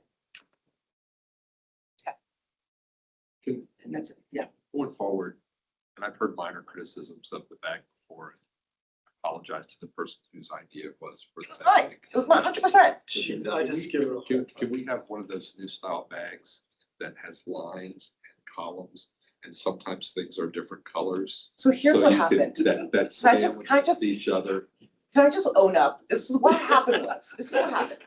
This is That's the a deal cool with bag. having a thing, I'm saying, so we had the CIP meeting for the planning commission, and I have this like bag back. So I think Mike helped, made this bag of rocks, right? Last minute, like big, and then it just has survived, right? It just like every time it comes up and it's like every time nobody thinks about it until the day before presenting. And it's like that bag of rock, it's still. So have one of those square Okay. things with the columns and stuff like that, and you can title it Bag of Rocks. My mea culpa is that is not the level of graphic design that the Park Authority can accomplish. That is J. Cole's brain. Is what it is. And I apologize to everybody, mostly Deidre, because Kyle just called her out. Okay, and I think that's it for me, right? Or is this me, still me?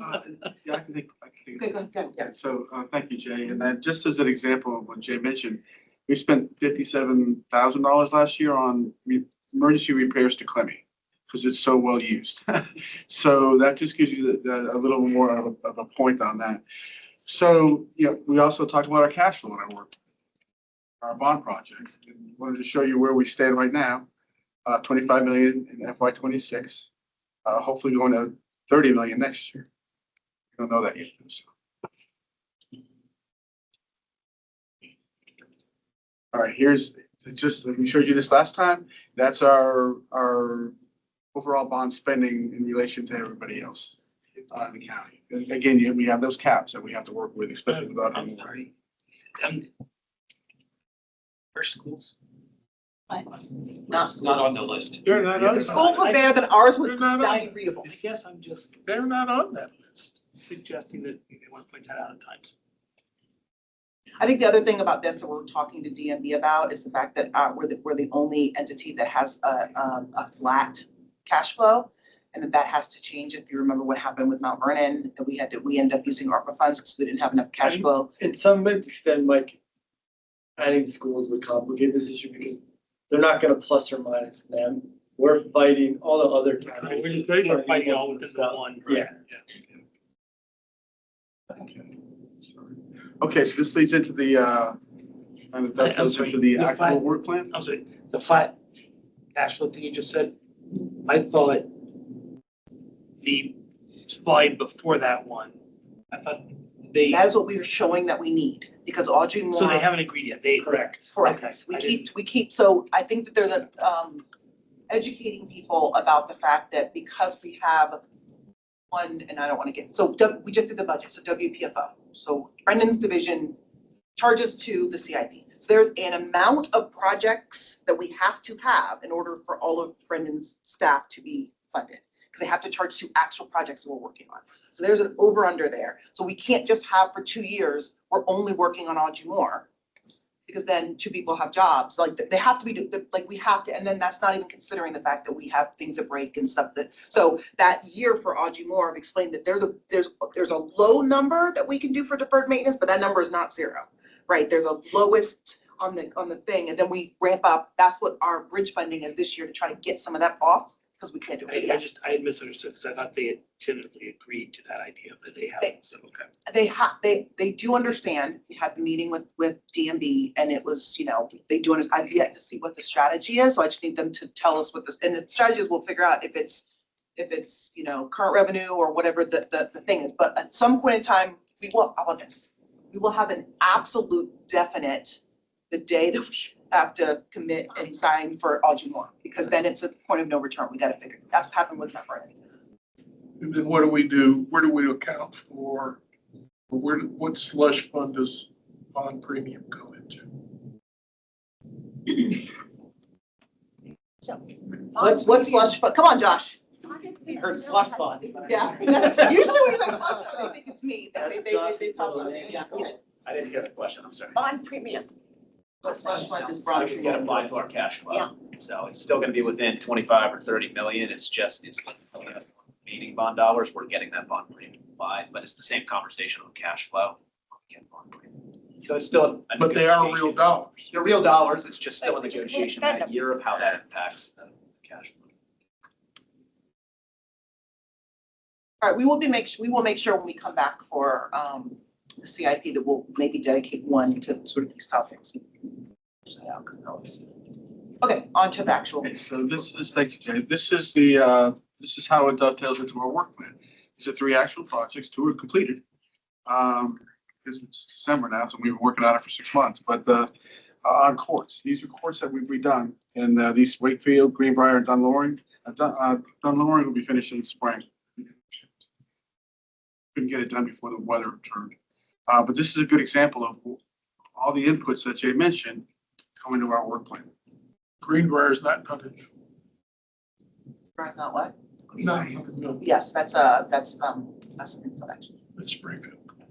Yes, we've already been through this. That's Wayne's Providence. So It's Braddock is, Wakefield is Braddock. we actually, if we've made those changes since I guess I put the presentation together. I didn't look back on that. So general overview of the 2026 work plan, it's based on the 22 to 26 CIP, which are all approved back in 2021. Again, as Jerry mentioned, there are some things that we move in and out because of their conditions and things like that. But this does reflect the continuation of active projects with schedules that extend into 2026 and beyond, as well as projects that are scheduled to start in 2026. Bond bridge funding projects, which is incredibly crucial to us right now, is included to ensure that our cash flow accommodations are met. The project list that I'll show you in a minute includes projects that are scoped, design, and construction. So if you remember in the past, we showed you 104 pages. We still have all that information. We have the future projects, we have the inactive projects, we have the, if we could ever have the money projects that we've all talked about in the past.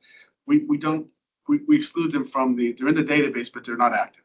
So what you just received was the scope, design, and construction, which is a little over 80 projects that we're working on this year. And just to remind you, we did finish 41 projects last year. So probably get close to that this year, maybe a little less than that, but that's the work plan.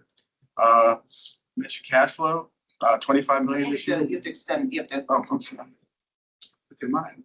Thank you. We talked about cash flow already. Back to the bag of rocks. Did you want to? I love looking at it. Okay. This year we are on target for our 25 million. I'm sorry, that was totally my fault. I'm sorry, Brendan. My sincere apologies. I should not have. I totally did. We are on target for our first quarter spend. So we're busy trying to get projects to hit the ground next spring to make sure that we keep up with everything. A little bit stopped right now because of the weather change and the holidays, but we expect to make our $25 million cash flow. Okay, this is just a close-up of the work plan by district And again, if there's probably some projects that are wrong here, this is a 2-year project to get this to where it is now. So we made, I think, a number of changes to districts on our last go through. This shows you, and you'll be able to sort this by district too. We'll send you a spreadsheet that you can sort any way you want, by funding source, by start date, by district. Just want to give you a couple of these here. It's a little bit better look at it. And then that's the plan. That's what you all were sent. But again, when we send you the spreadsheet, we've been doing more work to it. It's a living document, so it is moving every day. It's really fairly difficult to keep up with it. But that's all of them, with everything from when we started the project, scope, schedule, when we're going to finish the project, how much we spent so far. We're very closely with Josh's group to update these this year to make sure that we're on target for everything. That's basically a work plan. And I put all these in here just to kind of remind the folks that have been around a long time that 2 pages, 3 pages, and a little over 3 pages. We've completely taken this apart, dismantled it, put it back together using a new database. And now we're much better off trying to not just track it, because it was mind-numbing when I first started here trying to track it, but also reporting back to you all. So that's our work plan for 2026. So the biggest change is our work plan is going to equal our cash flow plus if there are proffers. No longer is it when we say add to the work plan, we might add something in the work plan for like acquisition or work, like actual people working on it, but there's nothing on the work plan that's not funded. And so so those things, you do the math going through, everything equals all of those things. And we're also not only sending them to you every year, but part of the process of when we're looking at completed projects from both Brendan and Kim in the work plan, we're also sending those out to the supervisors.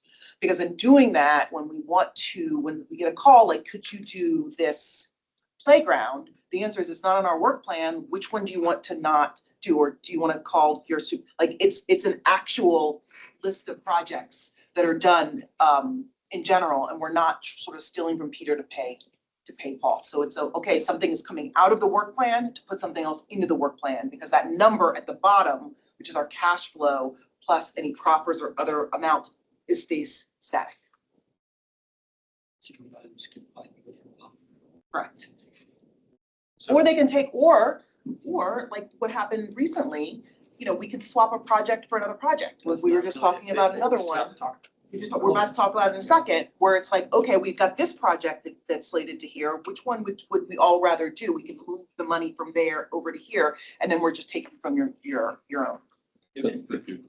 So you be careful you don't get yourself in the box where they say, well, how come that industrial district is 10 times? That's why all of those things, I can answer that question. That's why we did all of the pre-work, because I'm showing the CIP, because this is the reason, and I'm not. I remember what I said just make sure you. No, I know. And a lot of people don't like it because of that exact reason. But the reality is we can no longer, because where we are and how old our park system is and where things are, we can no longer say that everybody gets equal. Because there are areas of the county that hasn't had a lot of investment for each category, right? We want to look at different, things. You want to look at fields. Field allocation across the county looks completely different than court allocation across the county, than everything else. We have a lot of parks that haven't had a lot of investment in Mason District, for example. Mason District and Franconia District, quite frankly. We have other ones that have a lot of investment in this. So it's going to be, we did all that so we can answer, why are we doing 2 parks in Mason District in one? It's because there are 17 of them that need to be done, and that area hasn't had any investment. So yes, we are. That's why all of that pre-work is done. But Jay, if you might want my support on the budget for the park. What is it? He's pretending he's dead. If you want my support. That's all right. We don't get them now anyways. It's all right. So clarity question, when you've swapped a project out for the things that didn't make the work plan, that's the CIP. Where's the list? What do we call the farm team list of projects? For maintenance.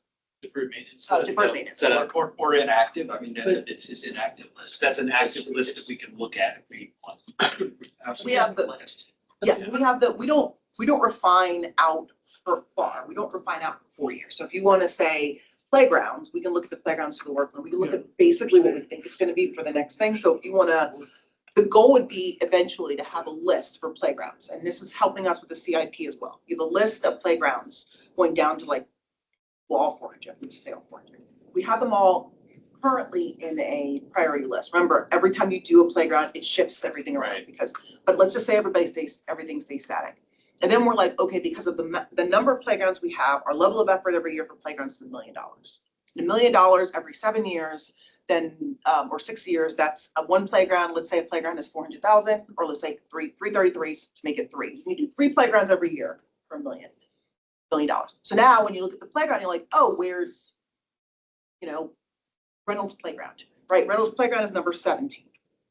So now I can answer, when are we getting to Reynolds Playground? You're getting to Reynolds Playground in 3, 6, 9, 12, not for 8 years. Okay. The way that you can get that one, we need more money in the CIP, so we can do $2 million every year in playgrounds, or $3 million every year in playgrounds. That's just really helpful for us because we can talk to our constituents about, see, this is where we are. Yes. Okay, this is why. Yes. That's all. Because when we just do it, when it comes up and we just do it and we steal from someplace else, and we don't say that we're stealing from someplace else, then it becomes that we're just not doing it because we don't want to. When the reality is we just don't have the funds to be able to be doing all of the stuff, and we have to really make hard decisions and make it, you know, transparent. That's the answer. I mean, if you want us to put more money into playgrounds, or we decide we want to put more money into playgrounds, I'll turn to you guys and say, which category are we doing less? Are we doing less fields? Are we doing less courts? Because that it's a zero sum. The rock is the rock. But the work, I know there's gonna be a limited number of, hey, we're gonna go create something new. There's 18, yes. But the new thing that's gonna be get created, once we approve and say, yes, we're gonna go do that thing, that's on the work plan too, right? That will be on the work plan. That'll be those will be what we call standalone. So we're gonna name that project. Okay. So Audrey Moore is named. Audrey Moore has its own like rock. But Audrey Moore, I'm thinking of Audrey Moore almost as not a new, that's a massive renovation. Whole park project, yes. But if there's a new couple of towers going up in Reston someplace, and there's a proffer for, hey, they're giving us money, we've got to build a park as part, you know, that people can walk to and Yes. whatever. That new park thing ends up on the work plan. Yes. So the work plan isn't made up just of No, it's all the proper. renovation projects. Correct. It's proffers as well. There's also new things. So we'll have a list that is maybe 8 years worth of whatever. They're all funded. Yeah, no, I don't disagree with that. I'm just saying, Yes. but there could be inserts of new Yeah. things into that process that come from outside this long list. Yes, and because, yes, and because of the Or way. new it is- needs assessment in 5 years, it says our 8-year list has to be changed because the needs assessment says we're reprioritizing. But then it would bump things off. They're gonna bump things up. It's gonna, or make the list longer. I'm not disagreeing, I'm just, The list only gets longer if there's more. If there's money. no, the list for that year. Yes, because if the list, she just said. No, the list is a list. Like the list is as long, the list theoretically speaking, if we go into there, should be as long as the amount of amenities we have in that category. Sure. Right, as to which ones. The list that goes on to the work plan is based on the every year, and that every year level of effort might change. So we're preloading in the bridge funding now, but you fast forward to 2027, when we're gonna be writing a big check for Audrey Moore, so that's gonna have a large chunk of the cash flow. Audrey Moore is on the work plan. It'll say one line Audrey Moore, but it might not be 3 pages of work plan. It might be 1.5 because most of that is going, and maybe we're doing a lot of smaller projects instead of a lot of bigger, projects. But yes, the standalone are on the work plan. I'm just saying the question of what's the farm team Mhm. isn't just the renovation list that goes on for however long our amenities are. Mhm. There's potential for new things to come in. Yes, Sure. Different and that's the game. That's exactly what we're doing for the CIP. Just No, making no, I'm sure. saying, that's where you guys make the big bucks, is the whole coming in and saying, hey, okay, here's our list of $275 million of deferred maintenance. Okay, how much of that do you want to not do for the new shiny, thing, as opposed to let's just put a whole list of 17 or 27 new parks and then wonder why we're in our deferred maintenance, the deferred maintenance situation that we're that we're at that balance of taking care of what you have versus building new, which is why we did PROSA, is anything that's new needs to move that PROSA needle. So we're proposing PROSA new, whole new parks that we're doing, unless it's from properties or developer, like, provider. And get supervisors to like to come to ribbon cuttings of renovated projects and not just. Yeah. Listen, if I could get supervisors to come to, and maybe that's what you guys should add to your work plan, is getting supervisors to come and cut ribbons at, like, we put engineered wood fiber at you and we fix a pipe, like, I think that would be something. All right, let's talk about this trail. Oh, I'm down. Do you have any more in your, do you have any more slides? So Ready to move on? Yeah. that, is that If for the the trail. tractors that sort of? Yes. Tom? Everybody's ready to move on to the trail, right? Yes. Yeah, please. Everybody's ready to move on. The next item.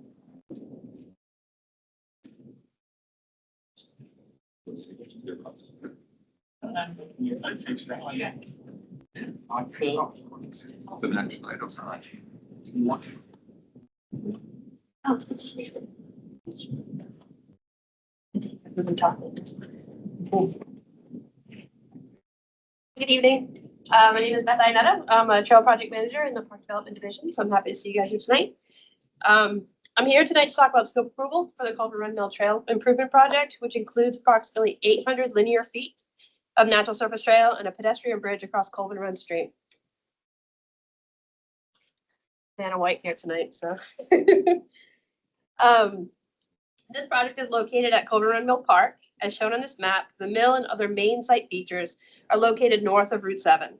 The Jerry Connolly Cross County Trail and the Rails to River Trail are both located on the south side below Route 7. When Route 7 was originally constructed,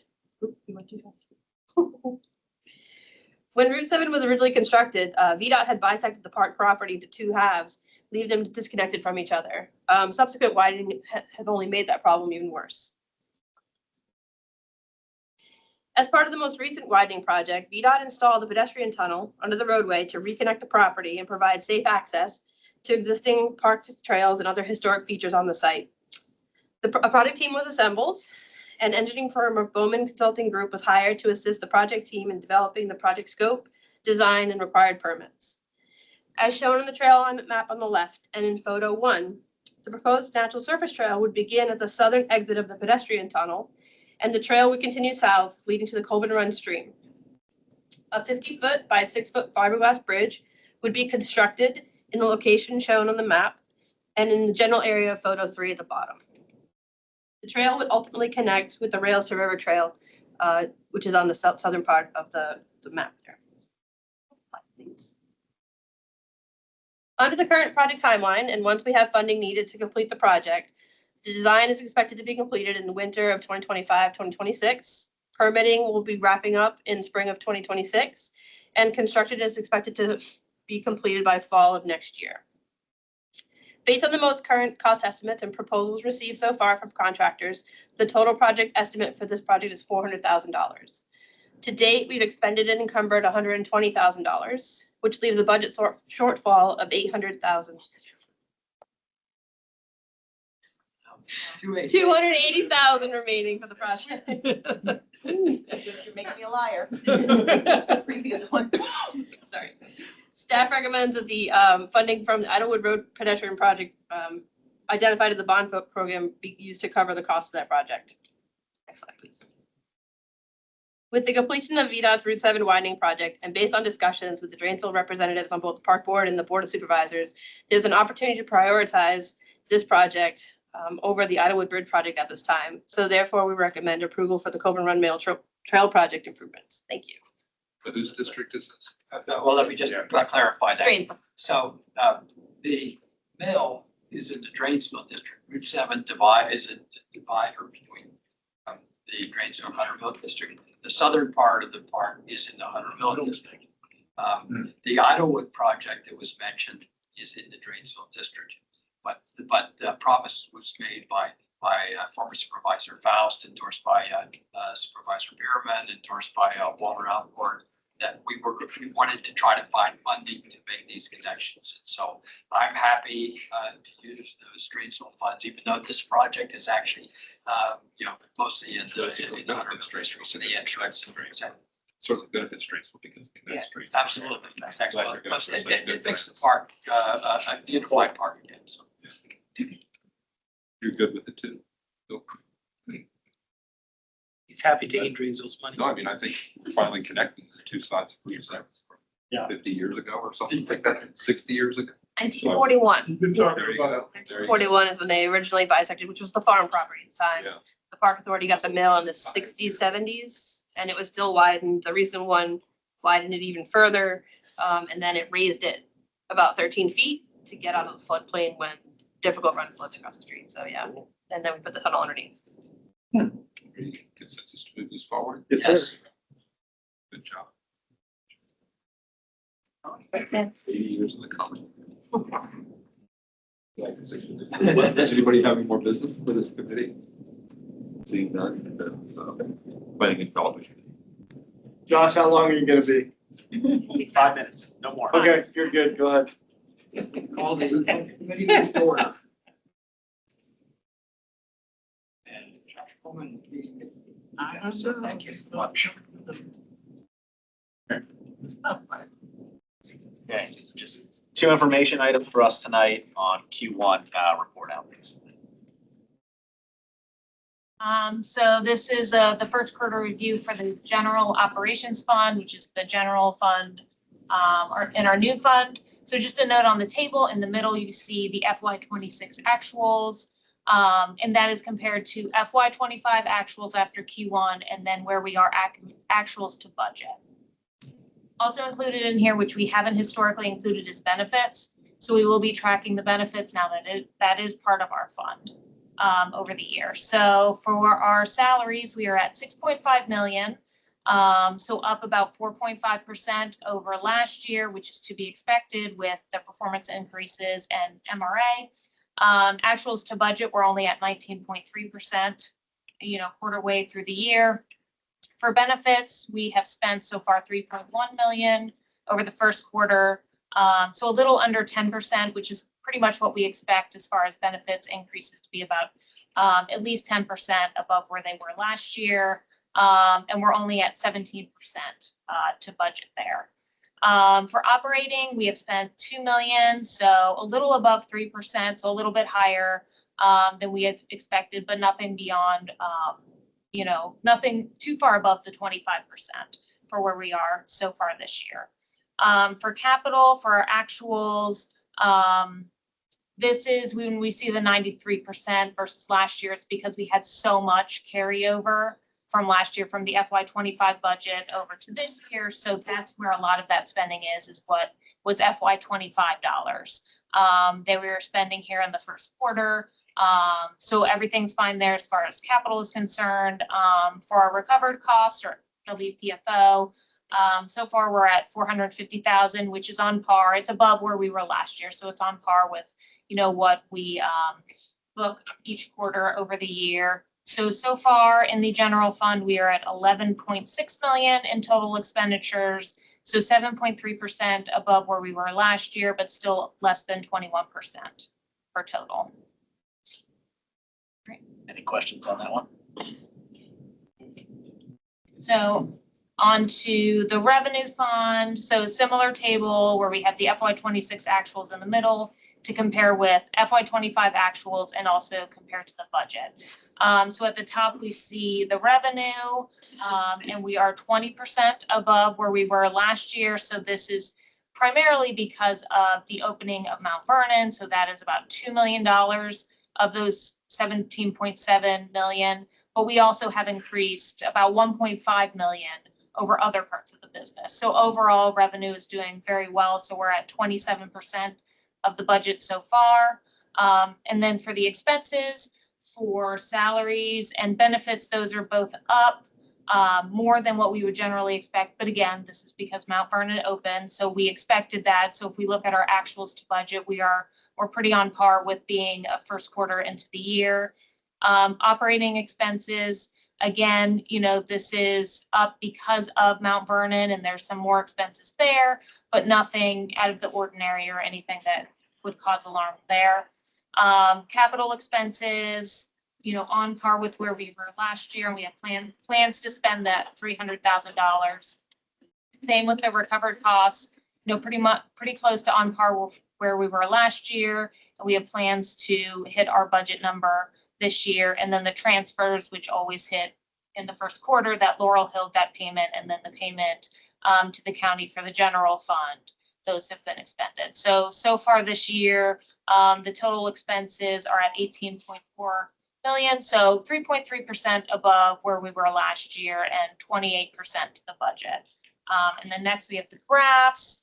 So you can see, as we said, in the revenue, for that revenue, a lot of it is because of the Mount Vernon reopening and also just growth this year, as we have seen. So we're above, I believe it's about 3.3 million above where we were last year. So looking really good in this first quarter for FY26. And then the next chart is the expenses. Again, you can see it's slightly above where we were last year, but exactly where we would expect to be, and actually probably a little lower as far as expenses go so far for the first quarter. And then we have the net. And the net looks really great compared to last year, especially over the last few years where the net was decreasing. So this is great. We were able to turn it around with, in combination with Mount Vernon opening, obviously helped us, but also general revenue growth. This doesn't assume impact of fee increases if we do those, right? Or does it? No. It's actuals, just Q1. So Yes. the previously approved fee increases are hitting now from previous years, but Yes. nothing new for after That January. will improve the out quarters and, Yep. Yeah, there is some, Mount Vernon, which we continue to analyze as it's coming on board. There's a big boost at the beginning here of Mount Vernon opening, right? New members coming in and buying memberships at that point. So that's one that we'll continue to analyze as we move forward of what's the impact as that stops being brand new and memberships a little bit more even out from a more regular business standpoint. But it's been a good first quarter for us with that coming online and other lines of business really moving in the right direction. is that your last chart? Yeah. Yep. Any other questions on this? Thank you. So these were just informational items, no consensus required. Presentations and.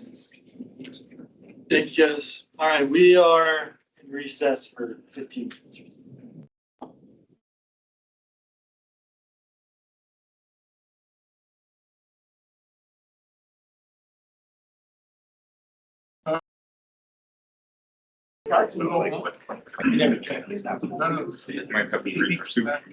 Oh, that's an item. I know he was. I totally. That's gonna go on. It's fine, but you know, Yeah. There are no feedback. Yeah, and a lot of folks are a lot of the time. Bang on. All right, we are reconvened. Run through this quickly. Andy, do we have any speakers this evening? Chairman, we have no requests for speakers. Right, to admin items, just one. Administrative item one is the recommended adoption of minutes. The October 22nd, 2025 Park Authority meeting. Do I have a motion? So moved. And second, any discussion? All in favor? Aye. Any opposed? That motion carries. One action item in the Drainsville District, action item one is the recommended approval of project scope for Colvin Run Mill Trail improvements. I move the approval of the scope for the Colvin Run Trail improvements plus the underlying reallocation of funds from the document. Thank you, Tim. And a second? Second. Any discussion on that? All in favor? Aye. Any opposed? That motion carries. Three information items. Info one is the 2026 needs assessment, phase update. Info two is the capital improvement plan bond strategy, different version of that. Information three is the FY 2027 budget submission, Fund 3400, Park Authority bond construction. And all of these were presented and reviewed by the Park Authority during its committee meetings. Chairman's matters, just two things, just dates to keep in your head. Reminder again, we have our joint board of supervisors meeting on December 16th, 1:30 PM over at the Government Center. This is the room where they have all their other committee meetings. 11. And then, just a note, hope many of you can attend the day before, the evening before, the retirement party for Andy Vosper, December 15th, 6 p.m. at Twin Lakes. Good turnout there to say goodbye to anyone. I got nothing else. Then call her on the 16th and ask her because she's still working. But yeah, December 15th, 6 p.m., Twin Lakes is Amy's retirement party, which will be fun if bittersweet. And the very next day will not be fun. It's the joint meeting with the superintendent. And what time was that? Which one? I'm sorry, the board of supervisors. 1:30. They, I think we booked for 90 minutes of 1:30. But I don't think we could get. Closer to keep instead, but we can try. Yeah. Again, yes. Yeah, I think, Later this week, you'll get an invitation from the I think Allison has already sent an invite on the VOS meeting, though. I think. Yes. Both the people say yes, even if you don't remember, you did do it. So it's in your inbox somewhere. And that she just said she'll send something out about it in Amy's parties. Jay?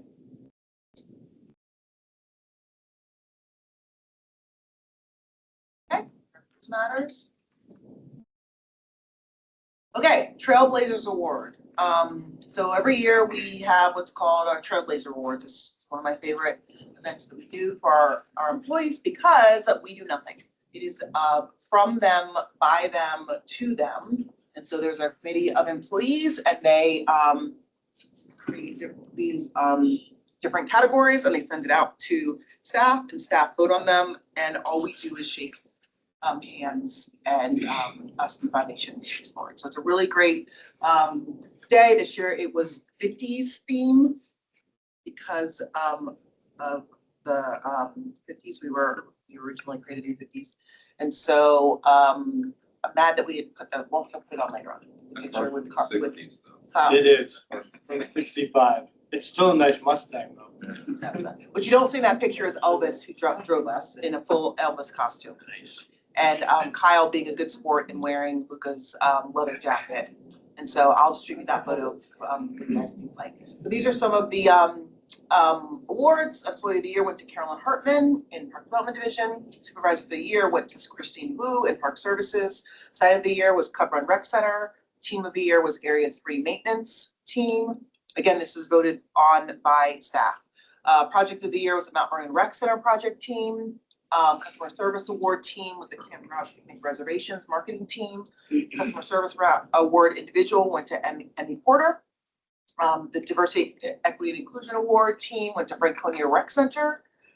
Diversity, Equity, and Inclusion Award individual went to Natalie Sandelli. Healthy Lifestyles Champion Award team went to Southland Rec Center Aquatics team. Healthy Lifestyles Champion Award individual went to Natalie Sandelli. Stewardship and Sustainability Award went to the Forestry team, and Stewardship Sustainability Award individual went to Rita Peralta, and the Committee Choice Award went to our own Amy Vosper. It was a really great copying and spoke as well. And was embarrassed because apparently I don't know anything about it. We just pause for a second. Like literally, I'm wearing it. I look like an idiot if it's not in context. So I'm wearing black, all black, which is weird for me. I'm wearing a pink ladies shirt, right? So I look kind of weird. And so he has no context because he's never seen the movie. He has no idea what I am. And so then he's like, there are more people than me that see, now you outed yourself.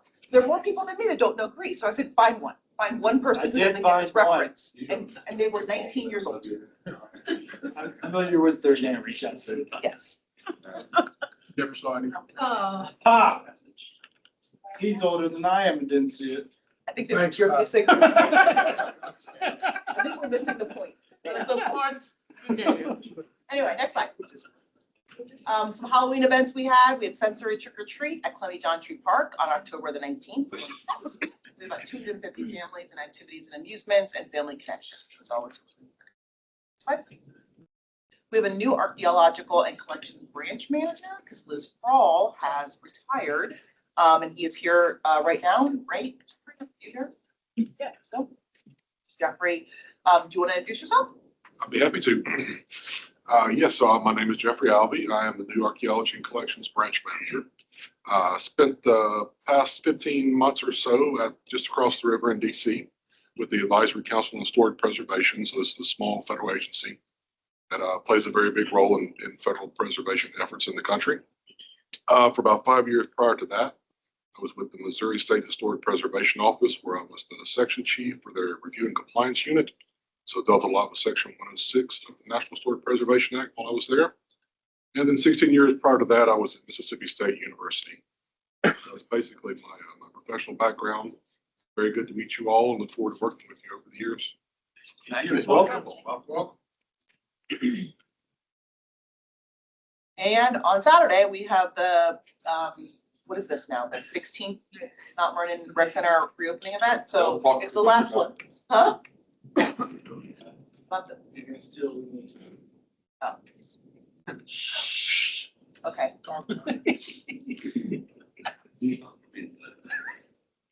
I have no problem with doing that. I'll say the performance of, mostly because I've said it 15 times already. It's like the 17th one, but you got this one. Outstanding Performance Award. Also, we were very well represented. Some of the honorees that won OPAs are our own lady Diana Berry. For those of you who don't know, she's in the director's office and she keeps all of us completely in check. And so that was very well served, as is everybody else. Michael Cardona, Tammy and Tabi, Gabe Fetzer, Mike Fuoco, Kristen Gonzalez, Nanette Healy, Anika McDonald, George Meehan, Sam Smith. He's the Mount Vernon manager. Sharman X Washington, Marie Willett, and team award for the GIS project went to Justin Robertson and Ione Venezanos. I never know how to pronounce the last name. That's it. So some upcoming events that we have Lady Lost Valley Resident Curatorship Program this Thursday at 7 p.m. at the Oakton Library. On Saturday the 15th, we have something that I don't know what we're doing then. On the 5th of December, we have 5th of December through the 20th. We have a holiday in the farm at Frying Pan Farm Park, which are lights and a nice hayride through. I highly suggest that you come if you haven't been before. We can maybe send some photos out. It's a really great family event. There's hot cocoa. There's a whole bunch of stuff. First hike is coming rapidly fast. Thursday the 1st, all day. I encourage, there is a staff portion. I don't know if we're gonna do that again this year. We'll send out the directions as to whether or not we have a staff category, which could involve you guys as well, for your first hike. And then we have a public category. It is a highly contested photo contest for the first hike on the 1st of January. And I get to be one of the judges for that, and they're always phenomenal. Once they come out of that contest, they're always phenomenal. And then Saturday, February the 8th, we have the Lunar New Year celebration at Twin Lakes Golf Course, which is also a very popular event every year. Yeah. Jose, you got anything tonight?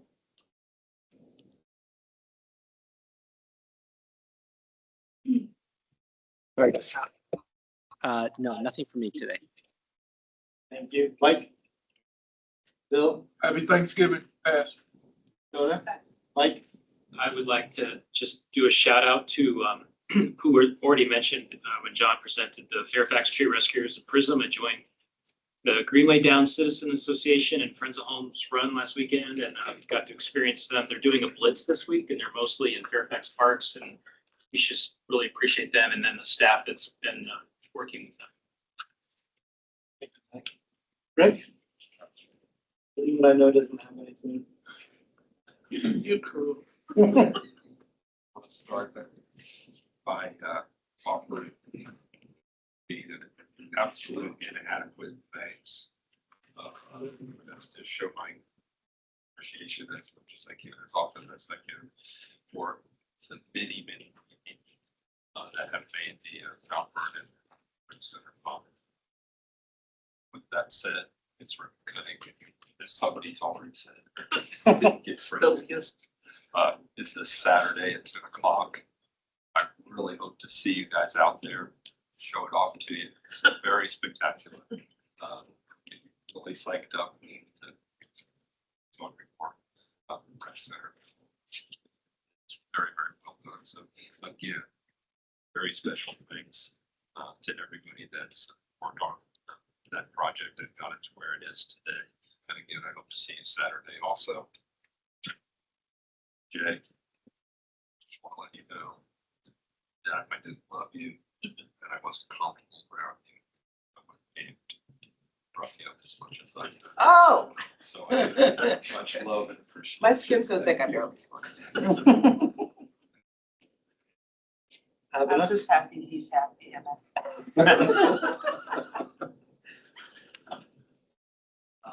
Grid that I'll be out of town and we'll miss this awesome ribbon cutting. Other than I was that,